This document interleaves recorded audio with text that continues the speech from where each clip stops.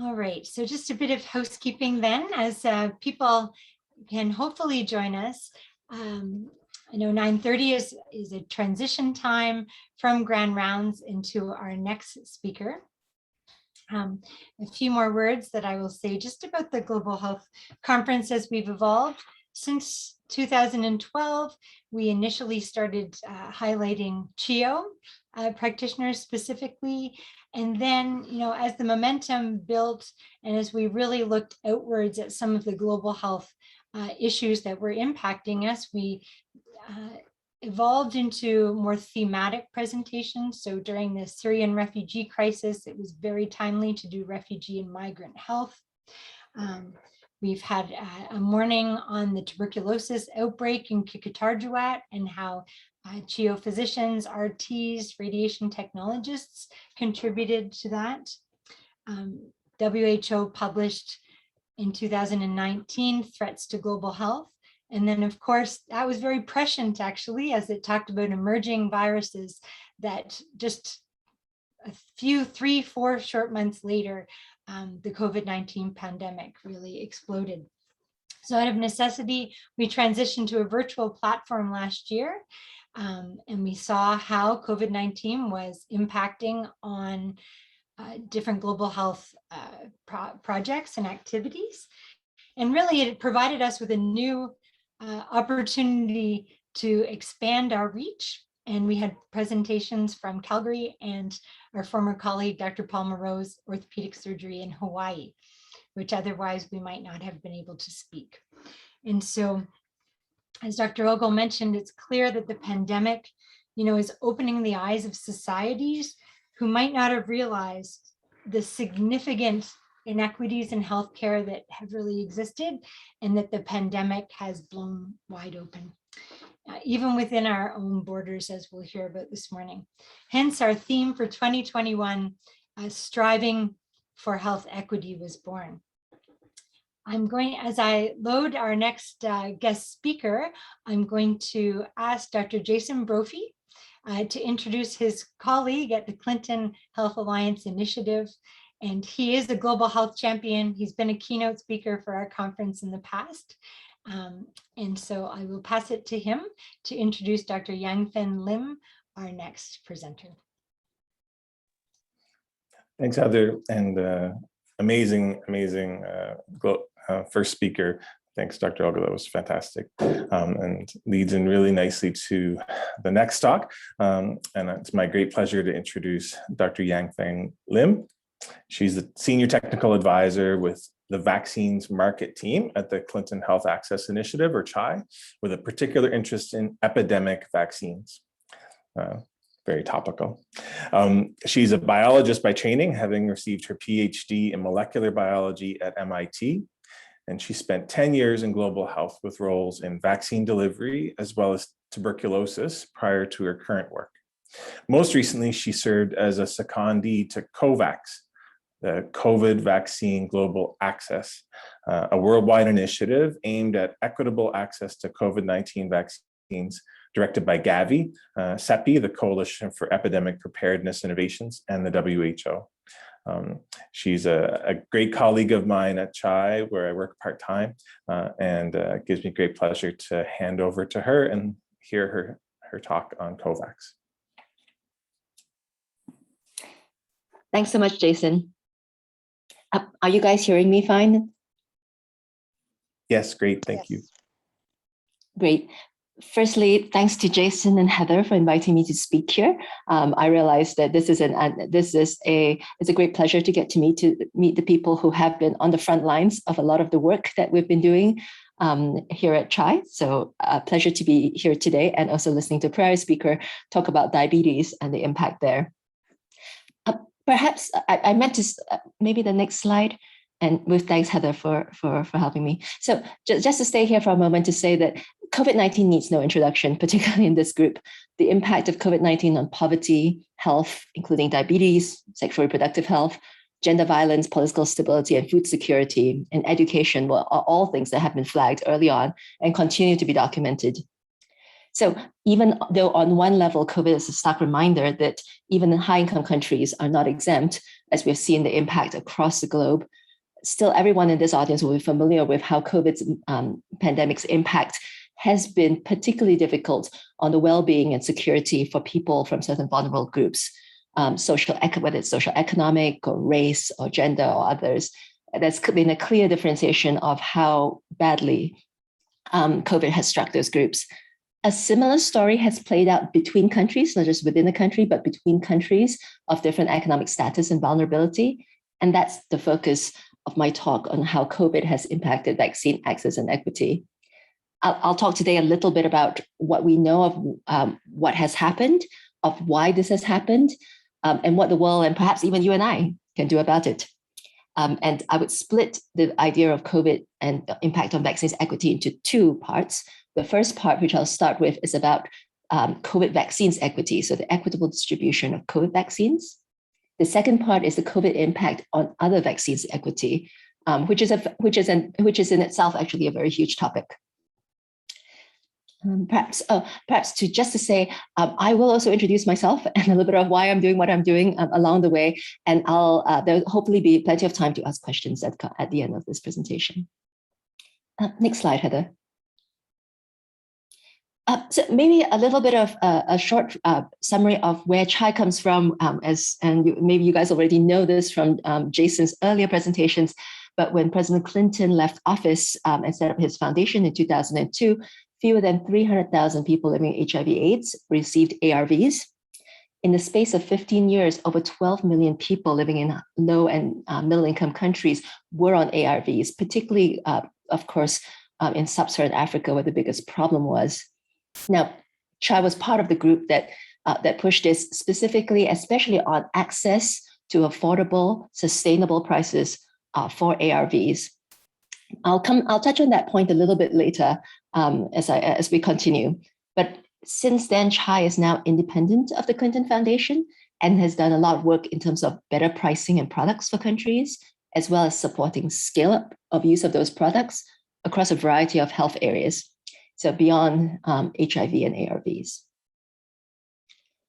Next slide, please. And I want to talk a little bit about CHEO's mission, which, as laid out in the slide, is to save lives and reduce the burden of diseases in low and middle income countries, particularly working with governments and private sectors to create sustainable, high quality health systems. So maybe here's where I'll diverge into a bit of a personal story, introduce myself, and then come back to the topic at hand. I'm a PhD in biology, as mentioned, and when I was younger, what you do reasonably if you're sort of academically inclined is to go be a doctor or go into R&D and try to get the next medical breakthrough. Although it appealed to me, basic science did, I still keenly felt the need to get more impact on a real-time level. Essentially, I realized that there was a very long time frame between basic science and impacting real people. And that was in a time where there was a movement in the field of quote unquote charity at the time to become more sustainable, more efficient. So basically to become, to really take the lens of business and others to try to improve the entire system, whether it's market system or health systems, rather than trying to do sort of the direct charity work that tends not to be as sustainable. So it was at that time where I made the transition over to consulting for a few years to learn more about the business sides of things, and then CHEO. And I think with CHEO, the work is to ensure that the LMIC, we do a few things at the vaccines markets team. One of them is to ensure that serving low and middle income countries is actually a sustainable proposition for manufacturers, so that there is going to be a steady and sustained supply of vaccines for these countries, that products are suitable for them, so there's going to be a steady demand for them, and that they meet the unique needs of countries which, for example, may not have electricity to maintain their refrigerated systems for vaccines. And also that, in addition, things like refrigerators, often with needs like solar panels, which high-income countries do not need because of plentiful electricity, are available, and that the vaccines don't just get to the capital, but actually go out to the children at the peripheries that need them and are often least served. I can tell you more about our impact in terms of ARV pricing or malaria ART sourcing or contraceptive access work, But overall, for me, of course, the idea is that it's been very important to me to make sure that even as we sustain impact, that the sustain goes beyond my direct work and also beyond donor funding, so that the system itself can, in some small way, inch forward after the donations run out. So next slide. Great. So one of the questions I get asked is, what is vaccine access equity? So this is just mean to lay out, and this is not an official definition by any sense, but it's meant to lay out how we think about access and equity in vaccines. It's very simply the right type of vaccines in the right quantity at the right time to the right target populations, and very important, at the right price and access terms, so this can be sustained. And of course, the equity part of it, this is regardless of who, where in the world or in a country that the person is in, or what disease the person has. So as I walk through the presentation, I invite you to think hard about how along these metrics of what we call access and equity, we have or have not succeeded today in providing that, and how we might do so in the future. Perhaps the next slide, Heather. So we can't talk about, so I'm going to start with talking about access to COVID-19 vaccines. And we can't talk about that without talking first about COVAX. COVAX is the heart of the COVID-19 vaccine equity as the world's largest pooled COVID-19 vaccine supply and support organization, led by WHO, Gavi, CEPI, and UNICEF. I'm just laying out the framework here of how that's meant to happen. So on the left, you'll see there's this bubble called participants. What we do for participants in this participating countries, which is low, middle, and high-income countries, is to consolidate buying power, to say that high-income countries can afford to pay a lot of money for vaccines, to reserve vaccines, but low and middle-income countries often are too small and have too little buying power to do so. By consolidating it, we basically have the buying power to push for earlier vaccines and better vaccines. It also provides participants access to a broad and actively managed portfolio. So think back 12 to 18 months when we was not clear which vaccine would succeed or if any vaccine would succeed. So it was thought that by having a broad portfolio, it would be a better guarantee that whichever vaccine, rather than each country backing one or two vaccines, that countries will all be able to back a range of vaccines in order to get better access to everyone. So that's on the participant side. Moving over to the manufacturer's side, the benefit to the manufacturers is this accumulates a massive demand assured market backed by donations that have been put down, covered by grants and contractual agreements. So for example, for manufacturers, it was very important that they understand what their liability was. Sending vaccines to the world, having millions of vaccines that are under emergency use being used. So giving that framework to the manufacturers to standardize it across the countries was going to be something that would be super helpful for manufacturers. Some of them who are themselves just small innovators trying to get to a lot of countries at once. Sitting in the middle of the two is the COVAX facility, part of which is talking about a global allocation framework, securing fair, equitable, and necessary access. So what I meant to do with this is just to lay out what the framework was, what was envisioned. And then maybe in the next slide, we'll see a little bit of the outcomes from this one. So next slide, please, Heather. So the data is a little old and doesn't yet fully take into account what's happened in the latest one, but I just wanted to show this little snapshot of the April to June coverage divided by high income, middle, lower middle, and low income markets. As you can see, there has been quite a lot of disparity in who has gotten the vaccines first and early on. In fact, last month, WHO also flagged that some 56 countries still have less than 10% of their populations covered, even though in high-income countries have reached between 50 to 90% population coverage. Some have started booster shots as well as vaccinations for the lowest risk groups. So there has still been a skew in who has had access to the vaccines in spite of the efforts here. So then the question very reasonably you ask is, so why? Why has this come to be? Heather, if you give the next slide. Why is actually a very difficult question. It's complex, not just because there are different reasons depending on country, but there are many dimensions to each reason. I'm sure everybody has read a little bit about the political reasons. There have been manufacturing scale-up challenges and a lot of delivery vaccine challenges. I want to take a step back, that even as we as we think about how challenging this has been, the two things to keep in mind. One is that obviously this pandemic has been unprecedented. Everybody is learning at once. So recognizing that, of course, we do need to, recognizing that this is in some ways inevitable, that we'll stumble through the first phase of the pandemic. But also, on the other hand, recognizing we need to learn quickly and act fast to prevent more suffering and deaths from the pandemic. The second piece is, in spite of highlighting the challenges, I do think that the world got very lucky in one fundamental way, and that was that many of the early vaccines actually succeeded with high efficacy. This definitely beats the historic success rates of clinical trials for vaccines. So just to say that in some ways, this was already the best case scenarios in terms of the clinical trials. And but it is true though in other aspects that we were not so lucky or so deft in how we navigated the challenge. I'm highlighting a few select challenges with a focus on early disparity. But I also recognize that this is going to be much more complex than we can talk in the slide. But one of the select challenges is that manufacturers in high-income countries were the first to attain vaccine breakthroughs, and hence it was these countries that were on the front of the queue for new vaccines. Now this was in retrospect a fairly expected outcome because the majority of R&D and reservation fee funding went directly from high-income countries to manufacturers rather than through a pooled mechanism like COVAX, which of course determines early access. Now, in many geographies, there is still a shortage of vaccines, even while other geographies have reached high coverage. And then the question was asked around, why should that be true? And one of the key drivers of that is that it's not just the R&D, but it's the capacity to manufacture, and raw materials are concentrated in a handful of countries. And so when there are export bans, and we can debate, whether that some of the export bans are justified or not, or contractual agreements in place, then it's slow to try to shift that access to a global access versus individual country access. And just not to take all the blame on the supply side, the vaccine uptake in some countries is definitely a struggle and has been a struggle and will continue to be so. One of the drivers of that is that early mRNA vaccines required special systems to deliver, for example, -80 Celsius storage, and support of delivery was slow to scale up.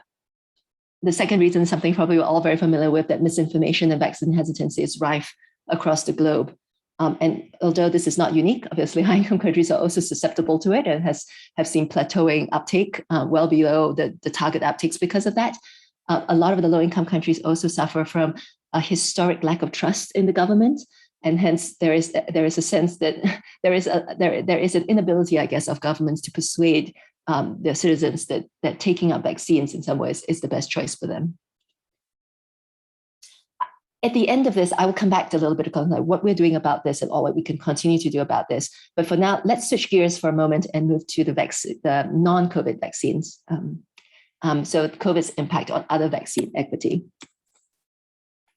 Now, so just staying on the last slide a bit, but COVID has had direct mortality. We all know this. But in many countries, I think we have heard that indirect suffering and mortality, whether it's economic or it's other disease areas that are not COVID, has been as severe or worse than the direct impact. And the impact of COVID on these may go many years beyond the pandemic itself.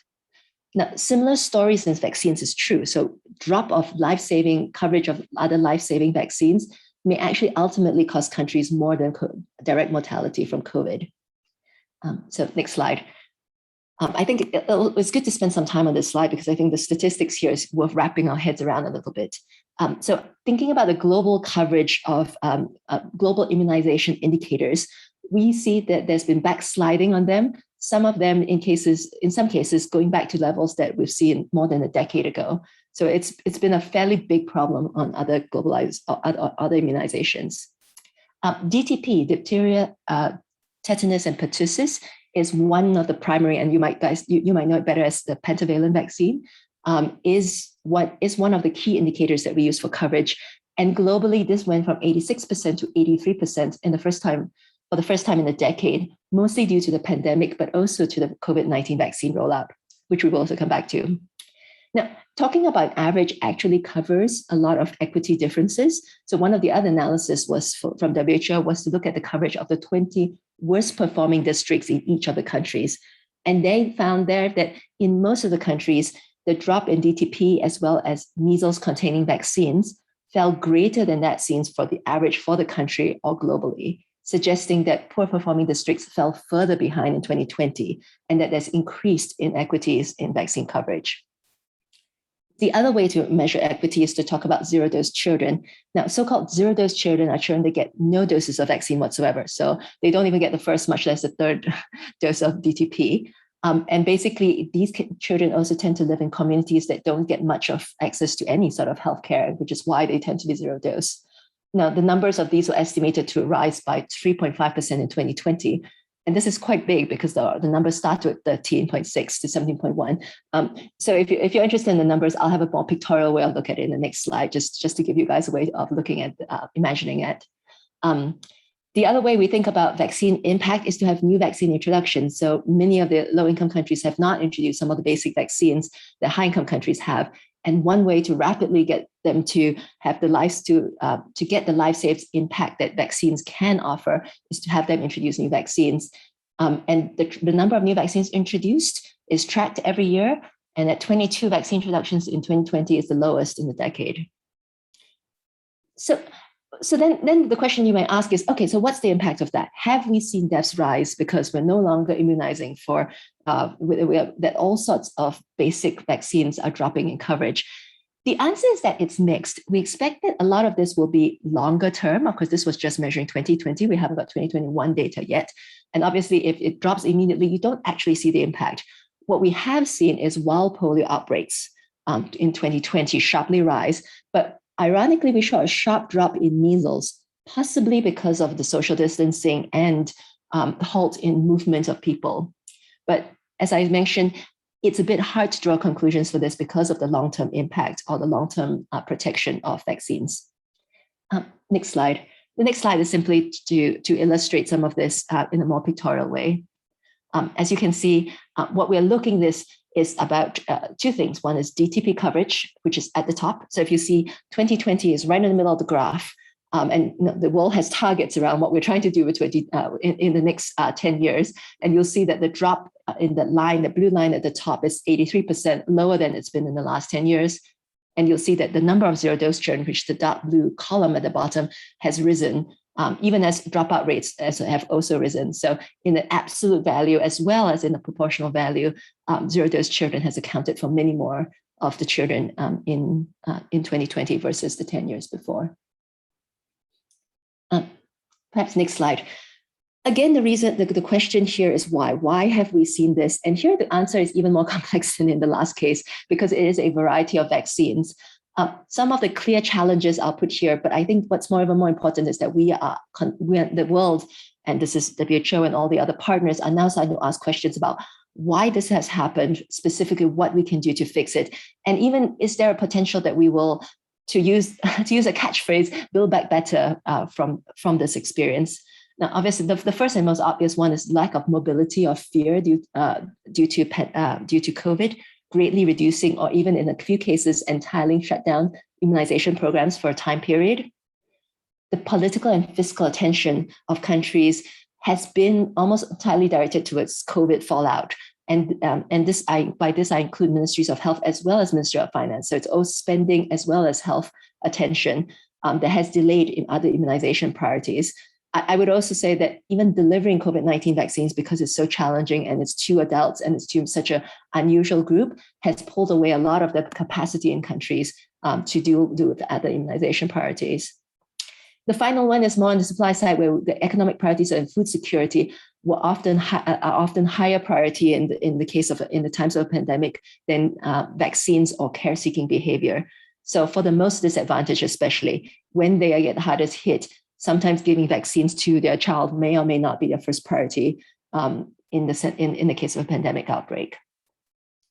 So what are the key open questions? So the question is there a rebound? As some countries start to open it, as some countries start to learn to live with COVID, do we see a recovery? Or is there more underlying factors we don't understand that are preventing us from that recovery?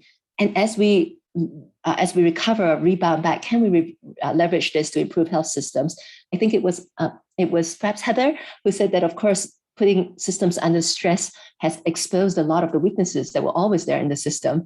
And then now that we have them in the highlight, in the spotlight, can we use the current program to improve those health systems? The second piece is around whether MOHs and MOFs now can balance out COVID with other health priorities. And how do they do so, given that there's deep interdependencies between the two? And also, how can the global community support governments to do so? And then there is a sort of slightly longer term thoughts to this, is that how can we build systems and communities that are more resilient to pandemics, especially for the less advantaged? So it's again one of those things where there is gaps in the system, but the gaps in the system also makes us less resilient when the pandemic strikes. And we predict that this will not be the pandemic in some of our lifetimes, given the rise in things like interaction with animals, again, giving us opportunity to get a crossover disease, rise of travel, populations, crowding.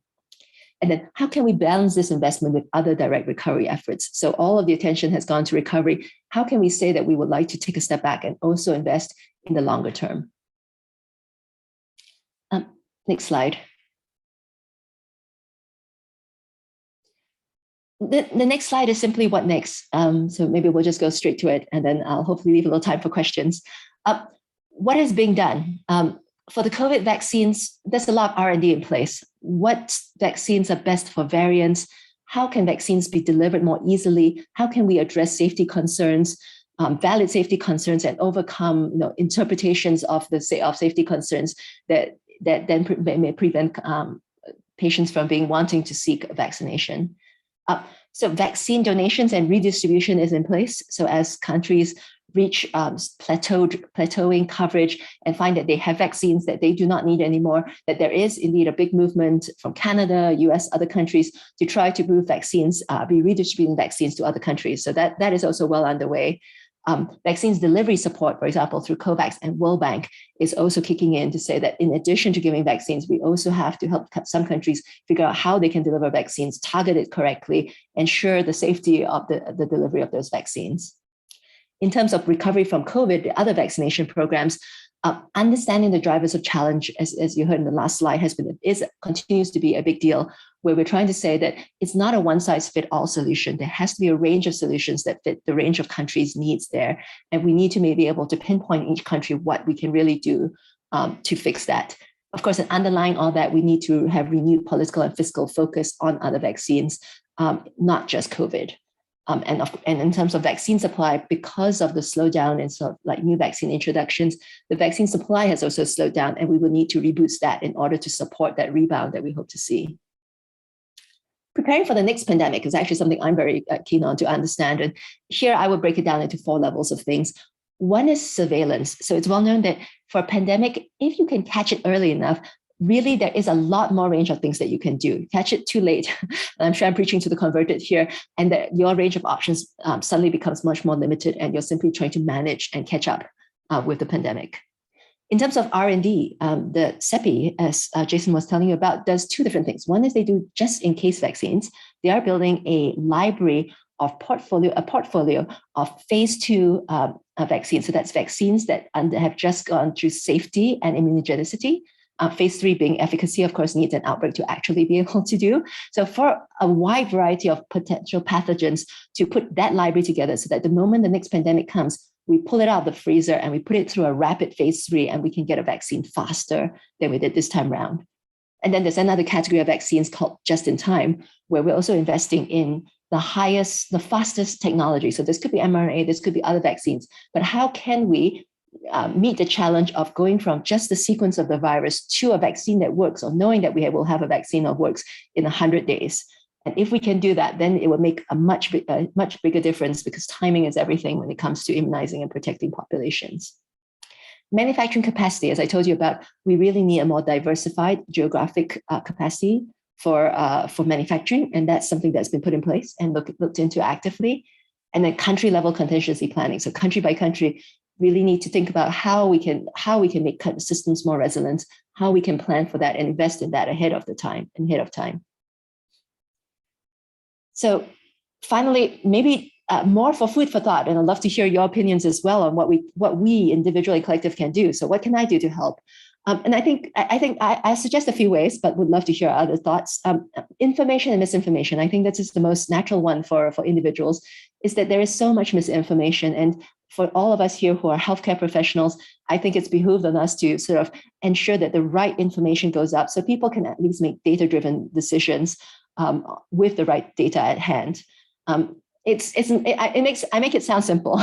Obviously, it's a very complex question about subsets of people and media and politics. So there's a lot that plays into this. But I do think that as a principle for healthcare professionals, this is something that definitely should be a focus moving ahead. Organizational level changes. Some of us are administrative of hospitals or other organizations where we can think about resilience. We can think about whether there are ways in which the organization is not as well set up, perhaps to serve the lower and middle income segments. And are there ways to change this? The last thing is a fairly obvious one: advocacy. Countries make a big difference. High-income countries make more difference than low-income countries in terms of their policies. Is there real-time sharing of vaccines that can be done? What else would we advocate for countries to do if we could shift their opinion? I'll do one last slide and then I'll open it up for questions. And this is probably the most important slide. Just thank everybody for listening to the last 30 minutes for all of this. And also to many who helped me put together the data here. As you can see, a lot of it was also from research done by others, as well as from the WHO. A disclaimer that even though the research was done by others, that the interpretation and opinions are mine, and clearly any errors you find are mine. And with that, I would love to pass it back to Heather Jason for questions.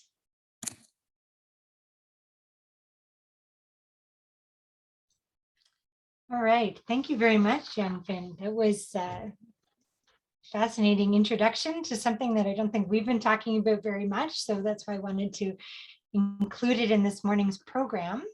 I'll open the floor. You can unmute yourself and ask a question. I'll monitor the chat if there's other questions there as well.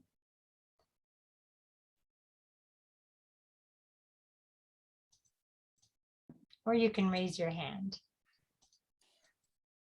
I'm happy to respond to one of the comments about learning as we go. I think in COVAX, we've talked about building the ship as we sail it. As you can imagine, a lot of it's just bailing water, but hopefully as we get there, we'll start getting an actual ship that will move along.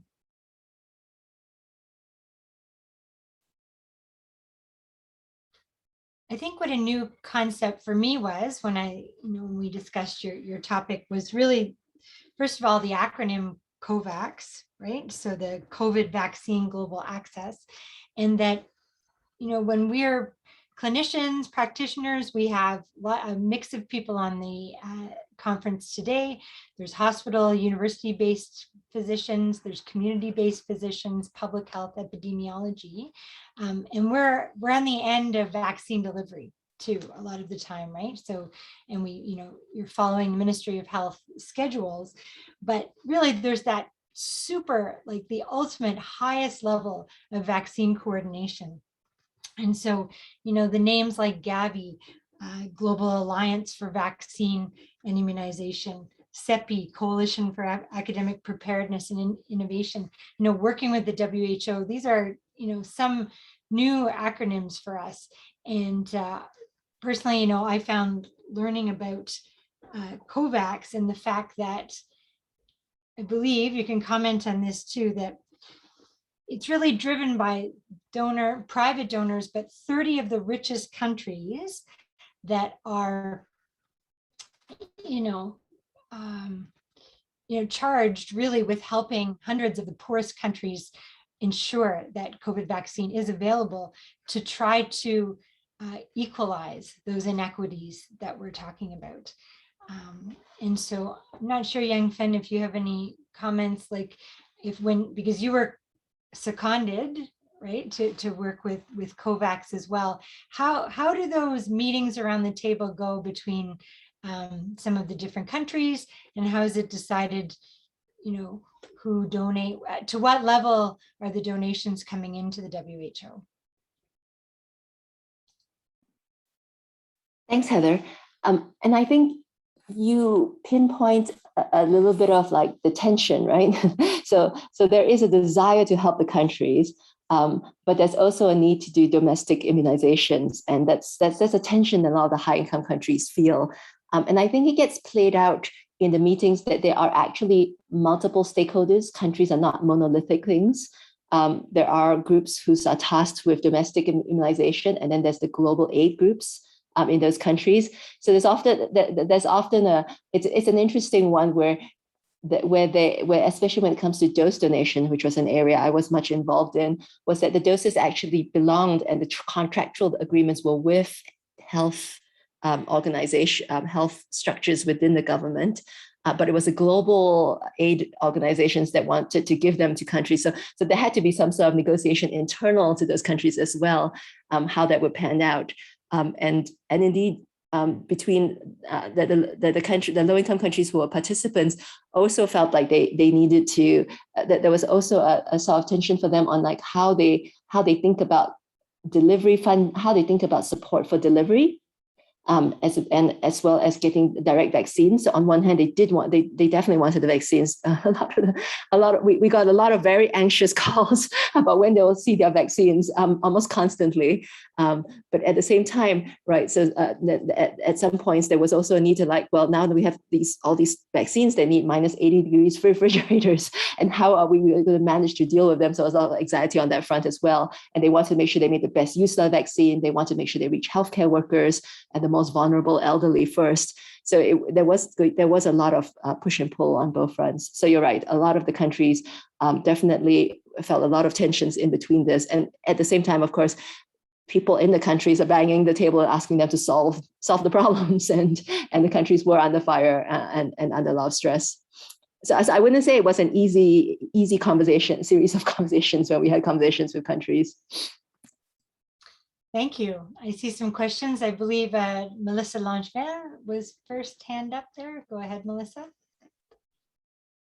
I'm pretty sure it might have been Anne, but I'll go quickly. And then,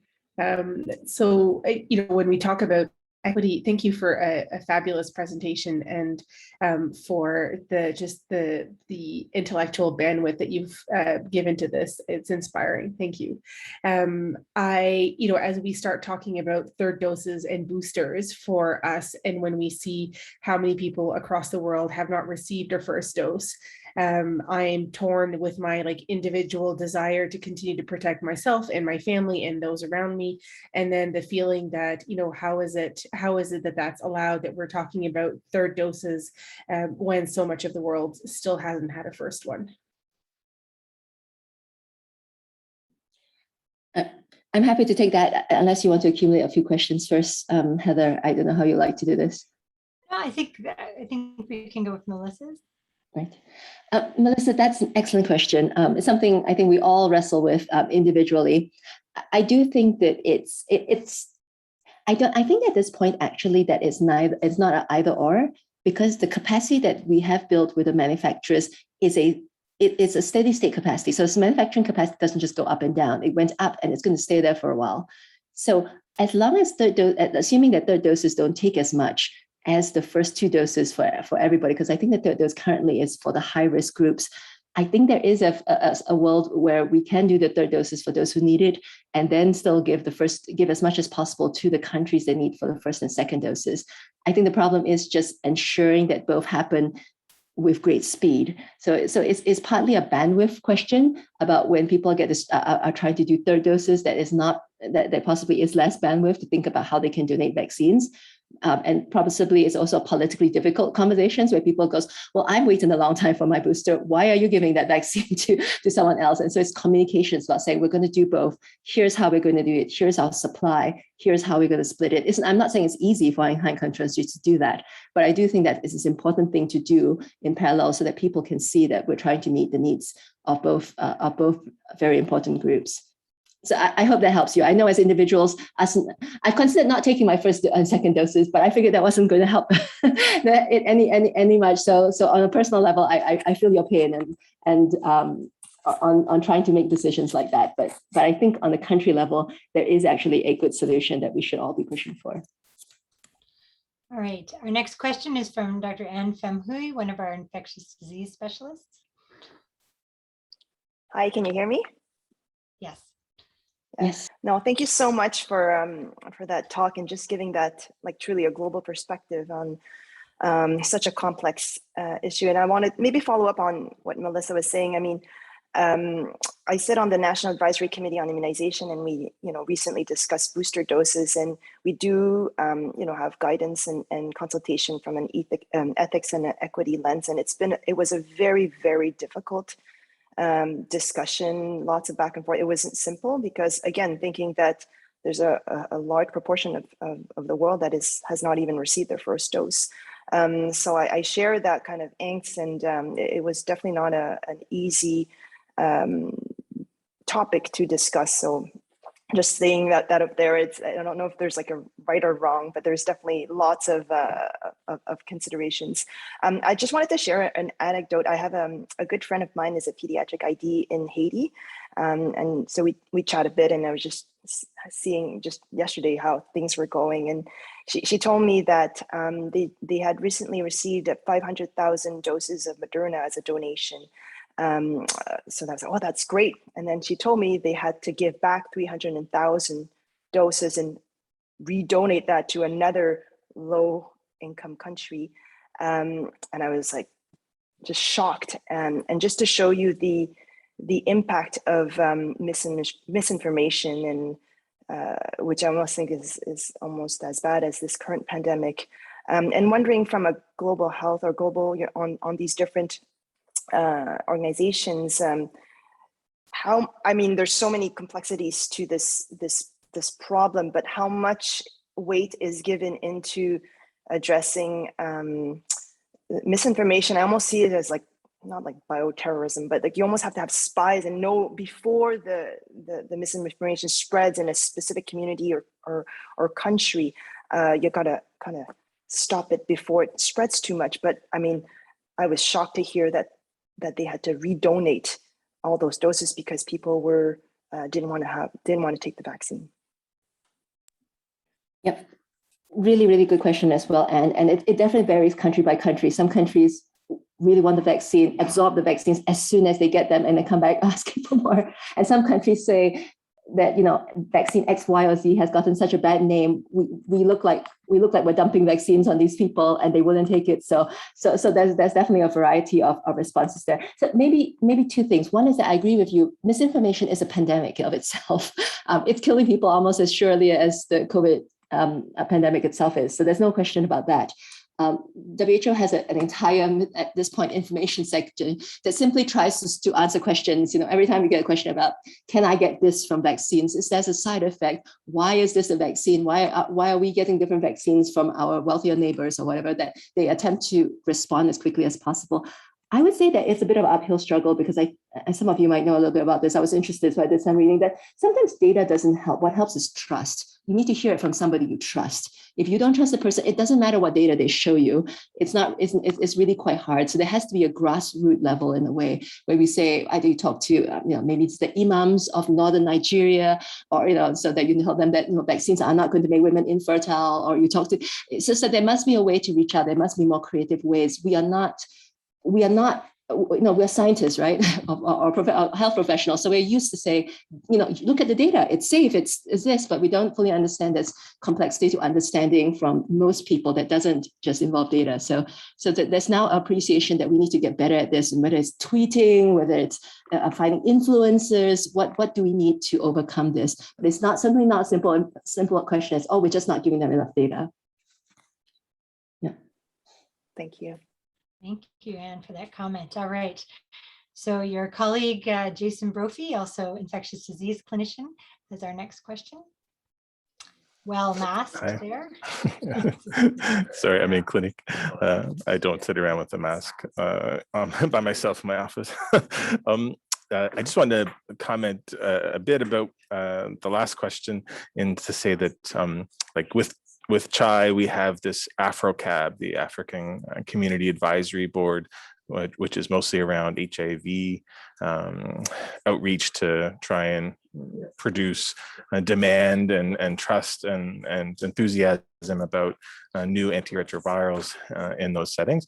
And we actually have use that as another way to promote COVID vaccine and answer questions from community. Just as you said, Yanfeng, that we're by engaging, the community advisory board is made up of community members who hold like positions of trust within various countries across Africa. And so that has been one key way of trying to address these issues of trust. My question was to talk about the idea of commitments. And so I think just like the COP26 is happening now, and we're seeing all these countries that made commitments to environmental efforts, not following through on those commitments. It's very similar with COVID vaccines, in that many countries have made commitments and then not followed through, or not done it in a timely way, or done it in inequitable ways. So I wanted to come back to the idea that one of the ways that we succeeded with HIV was through generic production of antiretrovirals, which reduced the cost of HIV treatment from about $20,000 per patient per year to $50 to $75 per patient per year. I know that there was a lot of discussion about generic production of vaccines at the beginning of the pandemic. Just wondering if you could comment a bit about that kind of thing. Mm-hmm. It's a good question, and when we get asked as well, I mean, it makes sense. In ARVs, that's been game changing to have generic makers come in. Two comments on that. One is, technically, there's no such thing as a generic vaccine, because they are such complex biomolecules that every maker has basically its own licensing that happens, almost as if it was, even when they tech transfer, it has its own licensing program that it has to go through from end to end, because it is complex and we are never sure that they will have the same impact. The other is that in some ways that was done. So I don't think it's a secret that SII got the AZ vaccine early on from AstraZeneca, because they had made a commitment. They tech transferred to 7 different countries and manufacturers in 7 different countries, some in the low and middle income countries that had capacity. But 2 things happened. One, India got a massive, terrible outbreak, as I'm sure you know and others know, and the government shut down exports of vaccines. So totally understandable. On a personal level, I think it was the right, they needed it the most. There was the right thing to do. But on the other side, it also meant that vaccines did not go to other countries in sub-Saharan Africa. They also need the vaccines.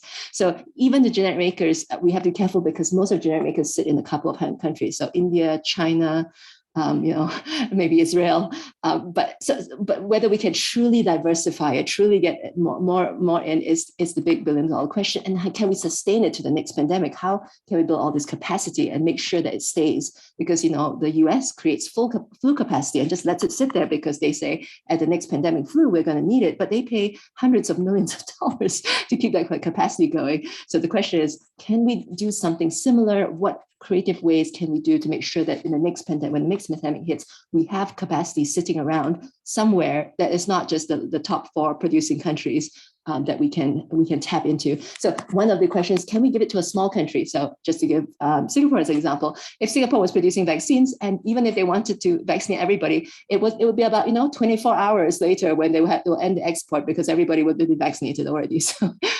So not that I'm saying that that's their answer, but there's been a lot of talk about how we can do this better. And it's a very valid question that we're exploring. And Jason, love to pick your brain as well from what we learned on HIV on this front.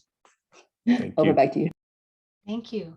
Our next question will come from Dr. Nicole Ruvone-Bouali, who is a neonatologist and also has expertise with her own significant projects in Benin. Nicole? Oh, you're muted.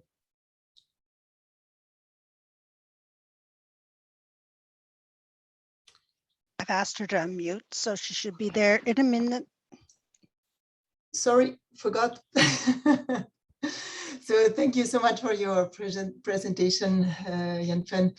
Very illustrative of the reality of the world out there looking at vaccines. I'm just back from Benin the first time going in after the pandemics, and I've seen the effect of the lack of vaccine, the suspicion about vaccine, because really there are microchips in the vaccine. It's the white colonialism that wants to have control of us. So even if they do have vaccine in Benin, actually they do have access to some of the vaccines, the people just don't get it. So when I went, we were talking about the third dose vaccine for us, and they have less than 1% of the population which is immunized for COVID at the moment.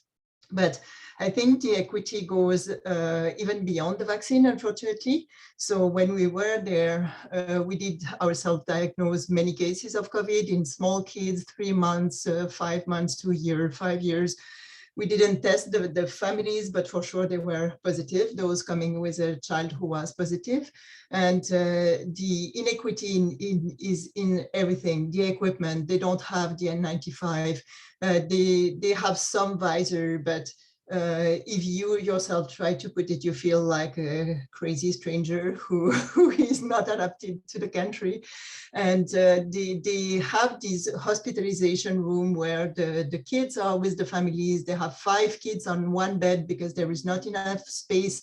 There is no ventilation in the room. You enter the room, you can feel the atmosphere of the 30 persons with heat and humidity and this other, and you know, there is 2 kids who are coughing with bronchiolitis, and some of them are bronchiolitis with COVID.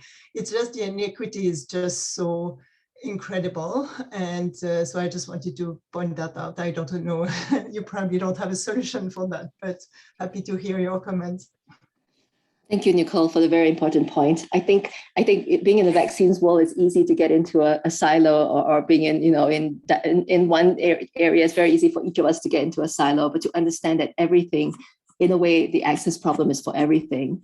And it's the system, and it's the infrastructure. So there's lots of changes that need to really improve the situation. And how can we, with just working in one silo, work there? I think this was illustrated very well in polio, where in one country that I will not name, they threw out the polio people because they say, we're dying of all these things and you want to give us polio to eradicate it when it's only like, we have a handful of cases, no, go away, essentially. So I think it behooves us to understand that there's a fuller context, even beyond COVID, beyond vaccines and masks and everything that is out there. Maybe the second thing that you reminded me of is this testing problem, is that a lot of countries says, well, there's no problem in Sub-Saharan Africa. The numbers are very low. There's hardly any deaths or infection. And the problem is that if you can't test, if you're too weak to test, you cannot even give the problem. So that's one of the things where they says, well, if it's let's do it needs-based. Let's base it on the number of cases per 100,000 capita. And the answer was, no, we can't do that because the weakest countries that need it the most cannot even report that. So so that's where it was decided very early on and painfully that we would ignore the numbers and try to give every country the proportion to their population, because there's no way that we can go in and test and determine how big the problem is. So in our small ways, that's the small recognition, the fact that the systems are broken, even though obviously we can't tackle a lot of the rest of the issues that you rightly point out are there. Yeah, I totally agree with you. Believing the numbers, that's something we cannot do for definitely a good part of Africa and certainly outside the world. At some point in Benin, so Benin up to date has reported about 150 deaths. And at some point when I was there, I learned that they have just stopped counting because the cemetery in which they put the COVID cases was full and they couldn't afford to count anymore. And the tests, so they have tests, they can do the quick test in Cotonou, the main city, but as you go 50 kilometers north, you don't get them. And if you have the chance to get a test, it actually takes a week to come back, a week, 10 days. So it's completely useless in terms of prevention of contact and anything. And reporting is not their first priority, for sure. So there's no sense in assigning blame to the data. It's just, we just have to try our best in spite of not knowing what the problem is and trust that it will make a difference. Yeah. Wanted to bring our attention to one of the comments from Dr. CHOMIENNE, who we'll be hearing from very shortly. And she thanks you for your very informative talk. I don't know if Marie-HÉLÈNE wants to unmute, but she says, I do think we're perpetuating the inequities even with COVID vaccine delivery. There were nearly 500,000 discarded doses in the US. And, you know, the rhetorical question really, how can we justify this? Similar to Anne's Haiti example. So how can we ask low-income countries to ensure a perfect delivery when we fail on our side? Does COVAX perhaps discuss delivery in the high-income countries at all? So no, but what we have tried to do is flag when we say from our outside-in analysis, you look like you're going to get to the point where you can't use the vaccines you have. And if you do, we have a problem which has a solution aligned with your problem. So that's certainly something that we have pointed out. But we obviously, it's not our purview to make decisions on behalf of high-income countries about what they do with their access vaccines. We have, advocated for it and shown ways that we can accelerate the distribution of those vaccines. For low-income countries, we try to support the delivery as well. But as you point out, that there are significant issues. And the question is that there's always a tension between doing it fast and doing it sustainably. We'd like to believe that some of the changes to delivery we make will stick around to benefit the country even after COVID. But the fastest way to do it is, of course, often just makeshift types of solutions. So there is an ongoing debate about how much of that makeshift solutions that will give us something faster, be minus 80 moving refrigerators perhaps, or having it at the capital and bringing people in, healthcare workers in to get the vaccines instead of trying to move the minus 80 Celsius vaccines out. So there's a lot of solutions that are being considered on the delivery front. Thank you for the comment and questions. All right, I'll open the floor for any last question. As we wait, I have a fun fact, I suppose. So the first country to receive COVAX was Ghana. Or beneficiaries of that I read was in February of 2021, and it was the AstraZeneca vaccine. And they actually, for the first time, I believe, used zipline drones to reach out for delivery into the rural areas that they weren't otherwise going to be able to reach. So sometimes through hardship comes innovation. And maybe that would be something in the future that the WHO expanded program on the typical routine immunizations that YANFENG mentioned could be used. All right, and just the last comment here from Dr. Huey, also one of our infectious disease specialists. COVAX works well on the back end side for equitable access and distribution, but what work perhaps is done on the ordering side. So Canada ordered per capita well over 10 times the number of doses compared to the population. And is there any agreement on limiting the ordering? Otherwise, you could see it's an economy, right? There may be a rush to whoever will pay the most. So maybe a little context around that 10x, which we are quite aware of. It happened at a time where historically clinical trials from phase 1 to phase 3 have 80% failure rate. So everybody bought 5 times, everybody who could afford it ordered 5 times more than they need, assuming that 80% of them would fail. So this 10x number is probably from there, 2 doses for every person. So it is a challenge. We have been asking, for example, manufacturers to, in spite of who ordered first or who could pay more, that they would prioritize to some extent COVAX, but we do not actually have control over what high-income countries, how high-income countries spend their domestic resources. So yes, there has been an attempt to say, to not to limit it or to share real time. So for example, some of the European countries said that even as we roll out, we will give 5% of every vaccine, 5% of any vaccine we get to COVAX, so that it would not slow us down by very much, but it would signify support, and it would give some small amounts to the other countries to give it to their first 1% or 2% of the population. So that I think there are ways that we can do this. I'm not sure we can do much on the ordering end, except to advise them not to. But there are, I think, ways that once you discover that you've gotten a great success rate, you can start, even from the start, to share with the low-income countries. So that's definitely one thing we've been pushing. All right, so with that hope, we'll wrap it up. And on behalf of the Children's Hospital of Eastern Ontario, our Global Health Committee, and all of the participants today, Dr. Lim, I really wanted to thank you for your participation. People may not realize she's presenting from Italy, so it's a nice afternoon there for you. And really providing a window into high level global issues, especially with all the challenges in the pandemic. And it brings us back to how we continue to be advocates for our pediatric population, for our routine vaccination, but as well for the COVID vaccine. So thank you very much, and congratulations on a wonderful talk.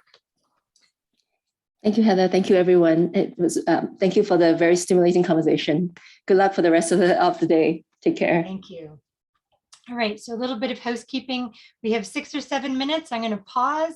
We'll turn off our video, get up, move around a little bit, and then we'll return at 10:40 for Dr. Chomienne's talk. Thank you. Chomienne. She's a family physician and clinical investigator.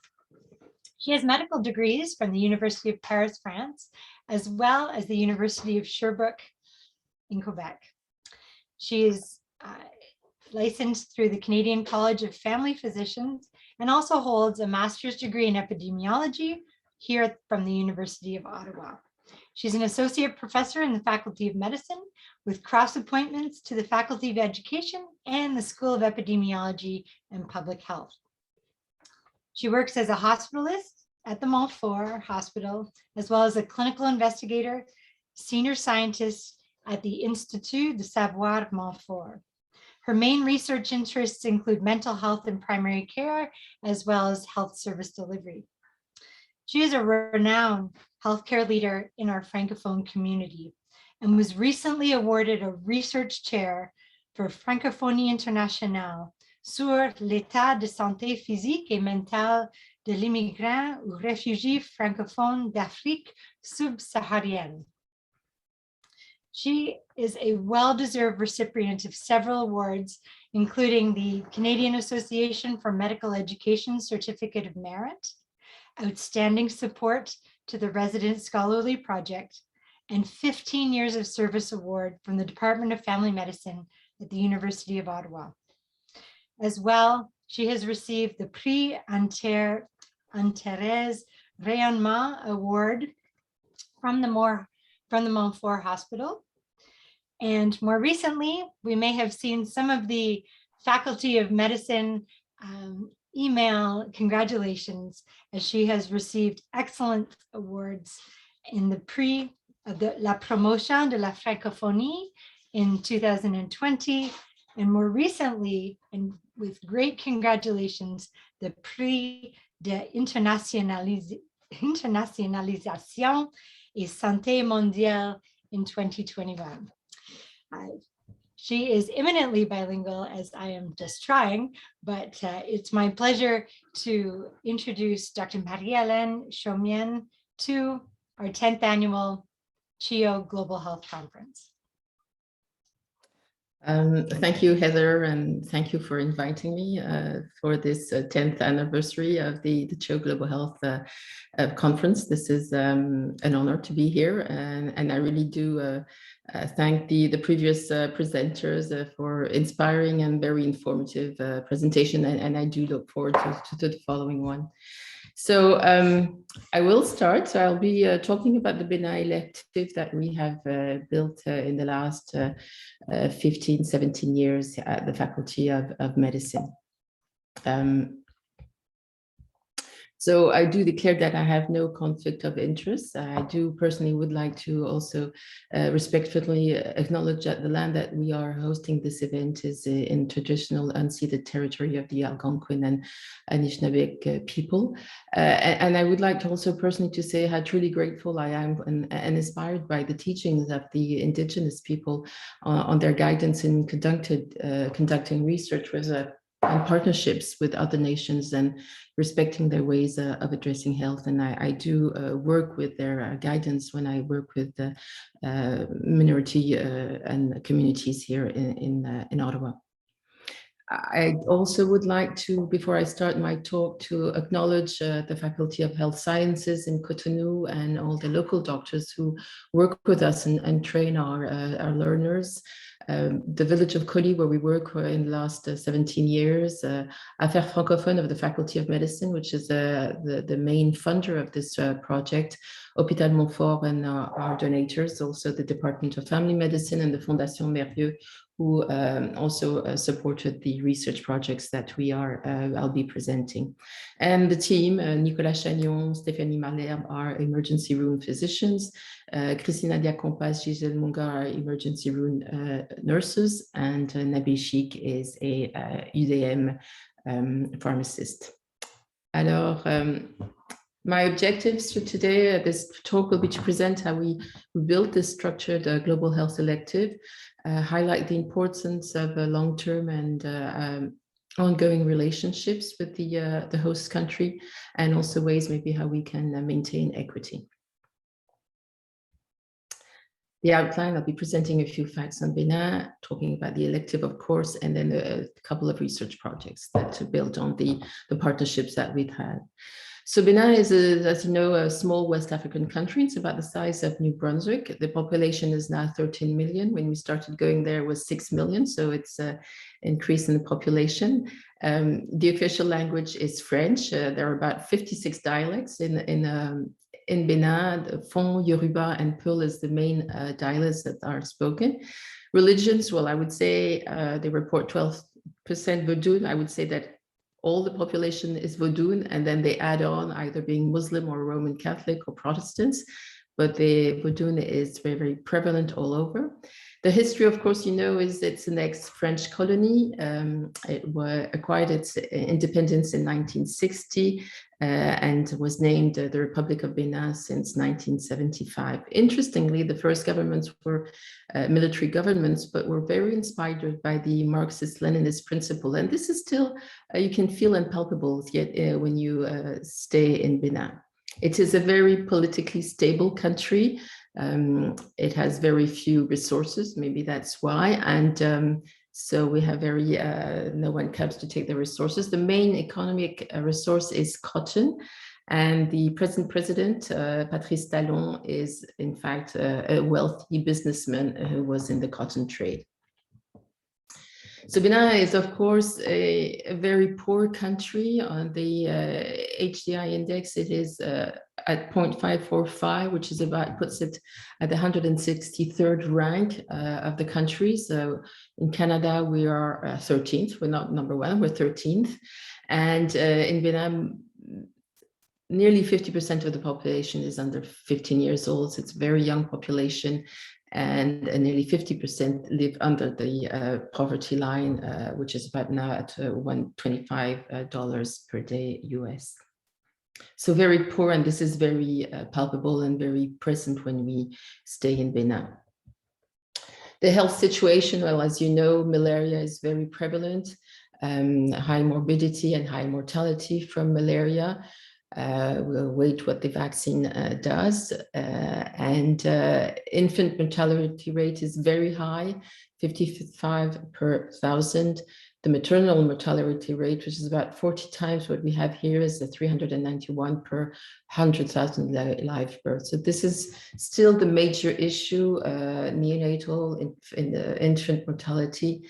Of course, there is very limited access to healthcare, financial barriers. It is not universal healthcare coverage. They're working on this, but it's not there yet. There's a scarcity of human resources and human resources of quality too, which is very important. The budget allocated for health expenditures is still very low. It's at 5.6%, whereas following the Juba meeting in 2001, low-income countries had set a limit at the 15% being really the smallest amount that you could be putting on the budget. This is what is the expectations. As you know, Canada, it's over 50% of the budget that is spent on health expenditures. So it's not surprising that healthcare is minimal, and this is really what is really astonishing to the students when we go there. But then, of course, the money is not there to help or impact the healthcare, as there's no investment in healthcare. So just the background of the story of the elective that we set up in Bénin. It started in 2003 with a visit to Bénin with Marcel Hamelin and Jean Roy. Now, Marcel Hamelin was an ex-president of the University of Ottawa and was one of the founders of CHEO, which is the Canada-Africa Community Health Alliance, which a number of you might know, and he founded this with Dr. Kilby. And Dr. Jean Roy, who was at the time Vice Dean of Francophone Affairs at the Faculty of Medicine. So it came through one of his visits in Bénin with CHEO. The Faculty of Medicine asked Marcel Hamelin whether Ottawa could not help to remodel their curriculum. And so therefore, Marcel Hamelin contacted Jean Roy, discussed this with them, and they visited together 2004 the Faculty of Health Sciences in Cotonou, and they laid the foundation of the partnership with a signed MOU, which is still active. So photo ops, of course, and there's always a ton of photo ops, one of them with the deans at the Faculty of Health Sciences in Cotonou. So the MOU and the elective. This partnership was really built on knowledge sharing, and this is really clear in the document. And as the Cotonou faculty had reached out to the Affaires Francophones for remodeling, we really tried to embed the knowledge exchange and sharing within the elective. And as such, part of the responsibilities of the students when they go there is really to share with the local medical students the new learning strategies that we have at the faculty, such as the PBLs or the clinical reasoning vignettes or activities. Our vision with Jean Roy at the time, and it was a long-term vision. I mean, we were really trying to aim to develop maybe a residency in family practice. So we looked at maybe inserting within their curriculum patient-centered care, interprofessionalism. And the idea for us was to set up a multidisciplinary clinic in the village in Colly, and to come at least twice a year, but also to have local medical residents go to the village during the time when we would not be there, and continue this multidisciplinary clinic. This was still maybe utopic, but we still have this vision that this is what we would like to aim for. So also within the document, we have exchanges for research, student exchanges as part of the MOU. So global health electives are about discovering cultures, discovering health systems, different disease burden. But as a faculty faculty staff at UOTTAWA, my concerns and my responsibility was really to fit this within our social responsibility mandate, and getting the students to understand better the West African countries, I think, was important, because we have an important Francophone Black community in the National Capital Region. And I think that was part of the social responsibility mandate that we have as a Faculty of Medicine, and also to practice cultural humility in Cotonou, in Bénin, with the faculty staff being there on site. Also, illustrating the social determinants of health. It's easy to talk about it, but I think we do have also these social determinants of health in Canada, but I think it is so evident. This is one of the feedbacks that we get from the students on a yearly basis, that they now understand how all the other factors like social, economic, political, education will impact health. They see it and they experience it when they're in Bénin. And there was also, it was really for us sharing knowledge as much as we could and answering the needs of the population or the needs of the faculty was also a priority. So our aim in this elective for the students was really to invite or initiate the medical students who are maybe naive global health wise, and to be participate in this structured elective.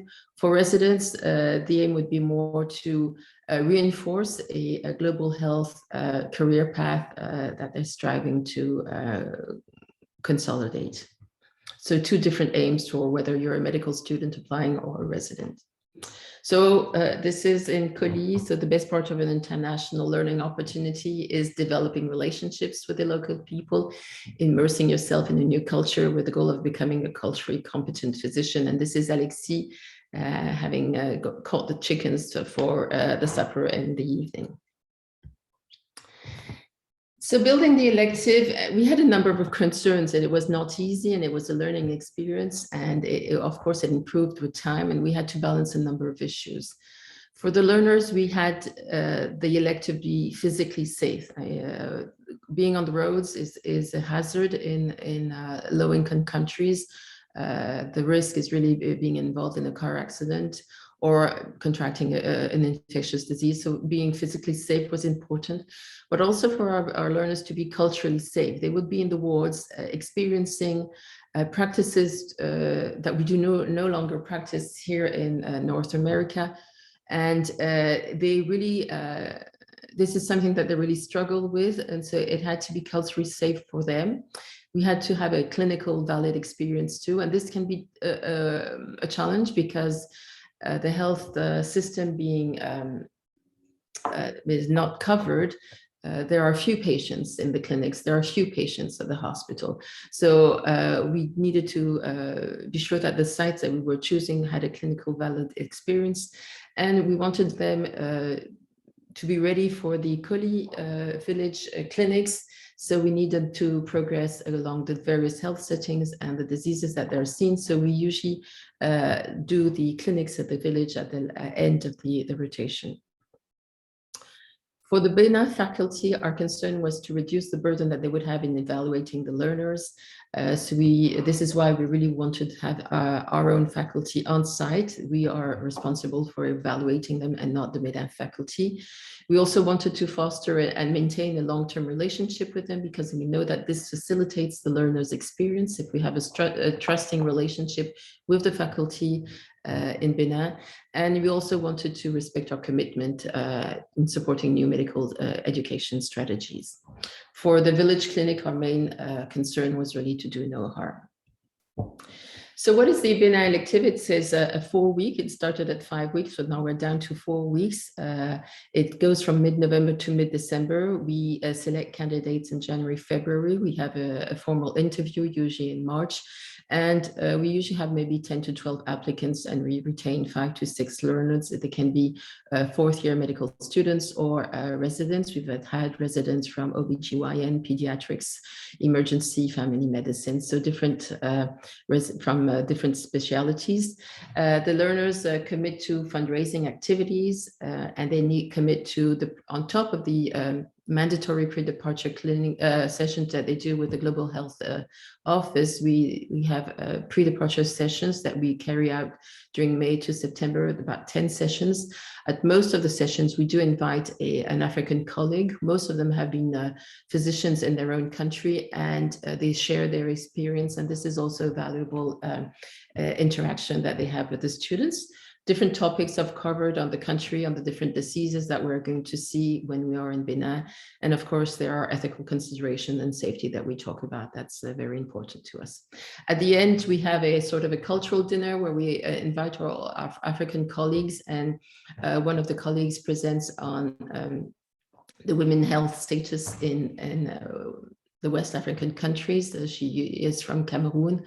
And we talk about the male domination and the gender equity issues that there are still very prevalent in Bénin. So up to now, we have had at least 92 learners participating in the elective.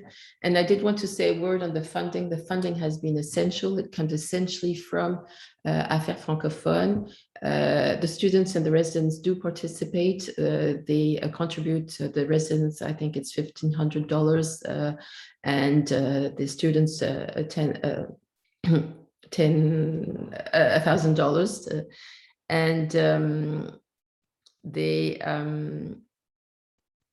And we pay everything. In fact, the Affaires Francophone organizes everything. We pay the flights, we pay the accommodation, we pay the transportation, and we pay the food.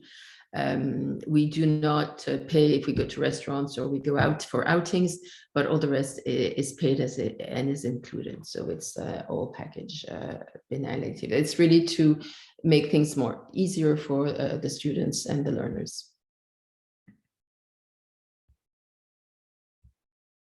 So these are the various sites that we have been to or that we have visited. So Cotonou, they stay the first 2 weeks in Cotonou, the various sites, training hospitals, private confessional clinics, or NGO hospitals. The one in Ladji is in one of the slums of Cotonou. We have been to Abomey. We used to go there every year. We haven't been for a while in Abomey because for a while the road was not were not practicable. We had to go around. It was very complicated. Instead of taking us an hour and a half, it would take us 4, 5, 6 hours. So we stopped going to Abomey. But there was a very good pediatric services, and we were very welcome, and we enjoyed being there. And I think the students learned a lot there. We went to Parakou, but Parakou has its own university, Faculty of Medicine.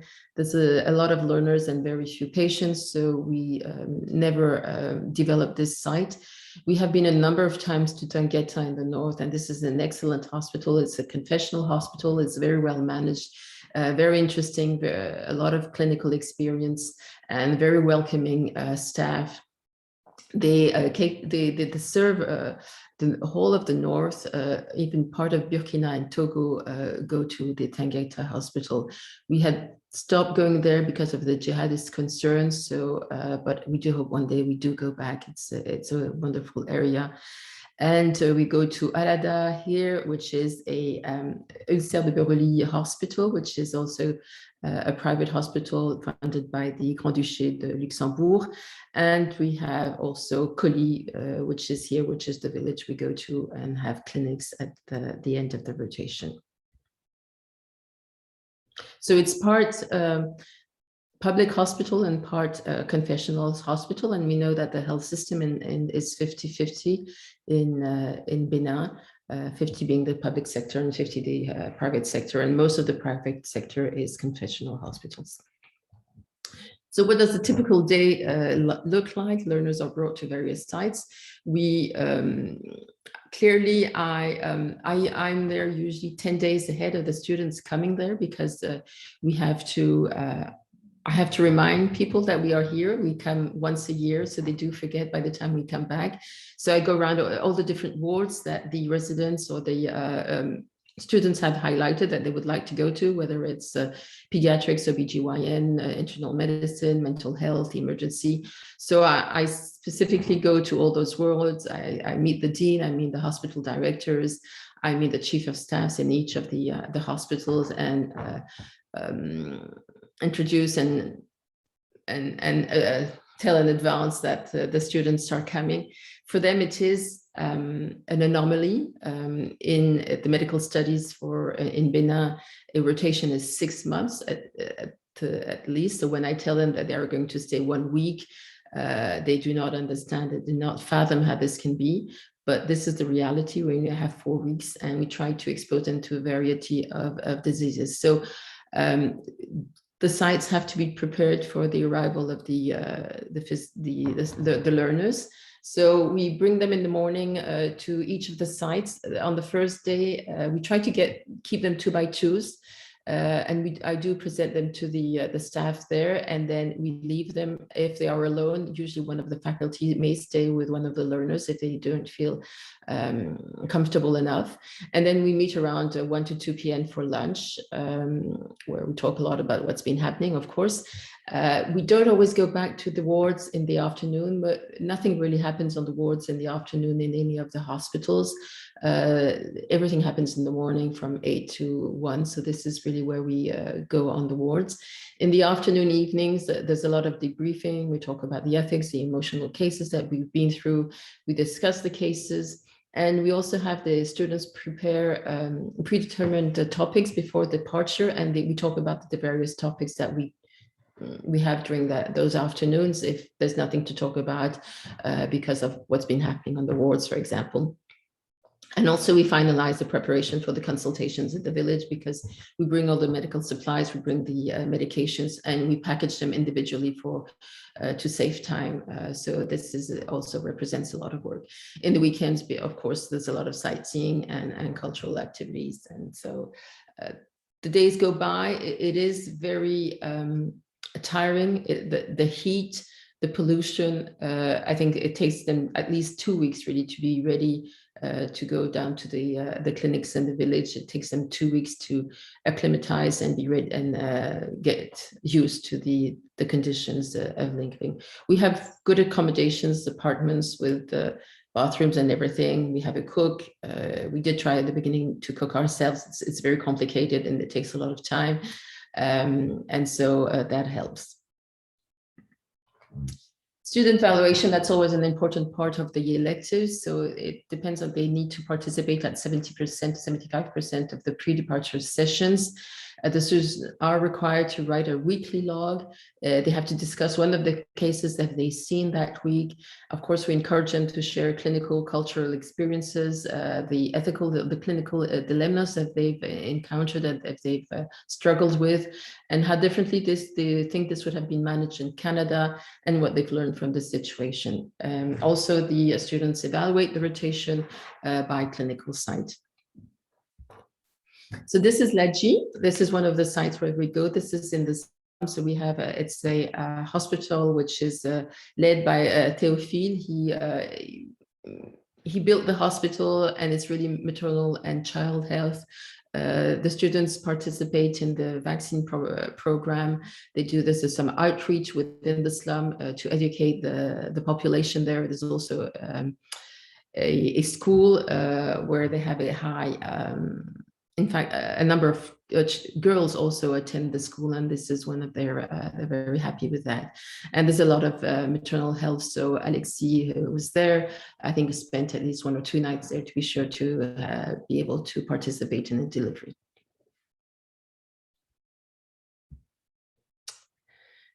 These are the different sites. As I said, you can have, it's really on demand.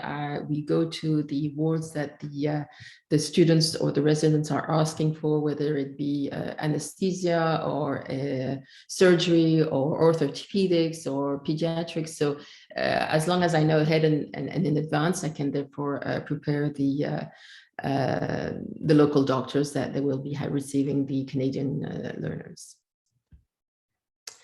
And then we have Kuli. This is our village. This is the village we've been going to and where we carry out clinics. It's definitely, this is the last, this is the 2019 pictures. So it's definitely better than the first time we did have a clinic. So this is the area where we do the consultations. This is an examining room here. This is the waiting area. So we have benches for the people who will be waiting, and there's some shade provided. So all this is prepared the days before, the 10 days before the elective starts, where I'm there and I meet the village committee each time. There are, of course, a number of concerns. So each time I meet with them, we bring up the concerns that we had the year previously, how we can address those. The two main people who help us there is, one is, I can't say it's the chief of the village. It's, well, the chief of the village is part of the committee, but the main family of the village is the Ahonukun, and we are, he is our let's say, our guide, our homme de confiance in Cotonou. And he comes there, and his brother Marcelin is a deputy. So they have the authority to work also with the village committee. And we bring out, the concerns that we have, the ethical concerns, because one of the concerns that the students have is how come the committee asks the patients to pay to come. So we are offering these services bona fide, and the patients pay them. Now they pay very little. They pay, I think, 50 cents for their health book. But the students are always concerned that the rationale is that the village also commits a lot. They organize the examining rooms, they clean out everything. When I come at the beginning of the elective, I mean, all this is bush. I mean, nothing. They have to, because the bush is very if it's not taken care of every day, it's rampant.